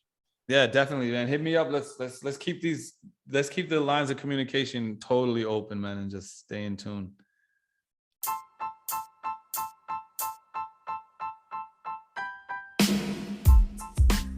And there it is, Netic Rebel, coming to us live, direct, straight up the nuts, with conversations about everything that I no doubt we'll be hearing from you all about in the DMs or on our Instagram or on our email address and everything like that, because I'm sure there's a lot of points, because there were some faces in that conversation where I was pulling all sorts of faces thinking, man, how are people going to respond to that?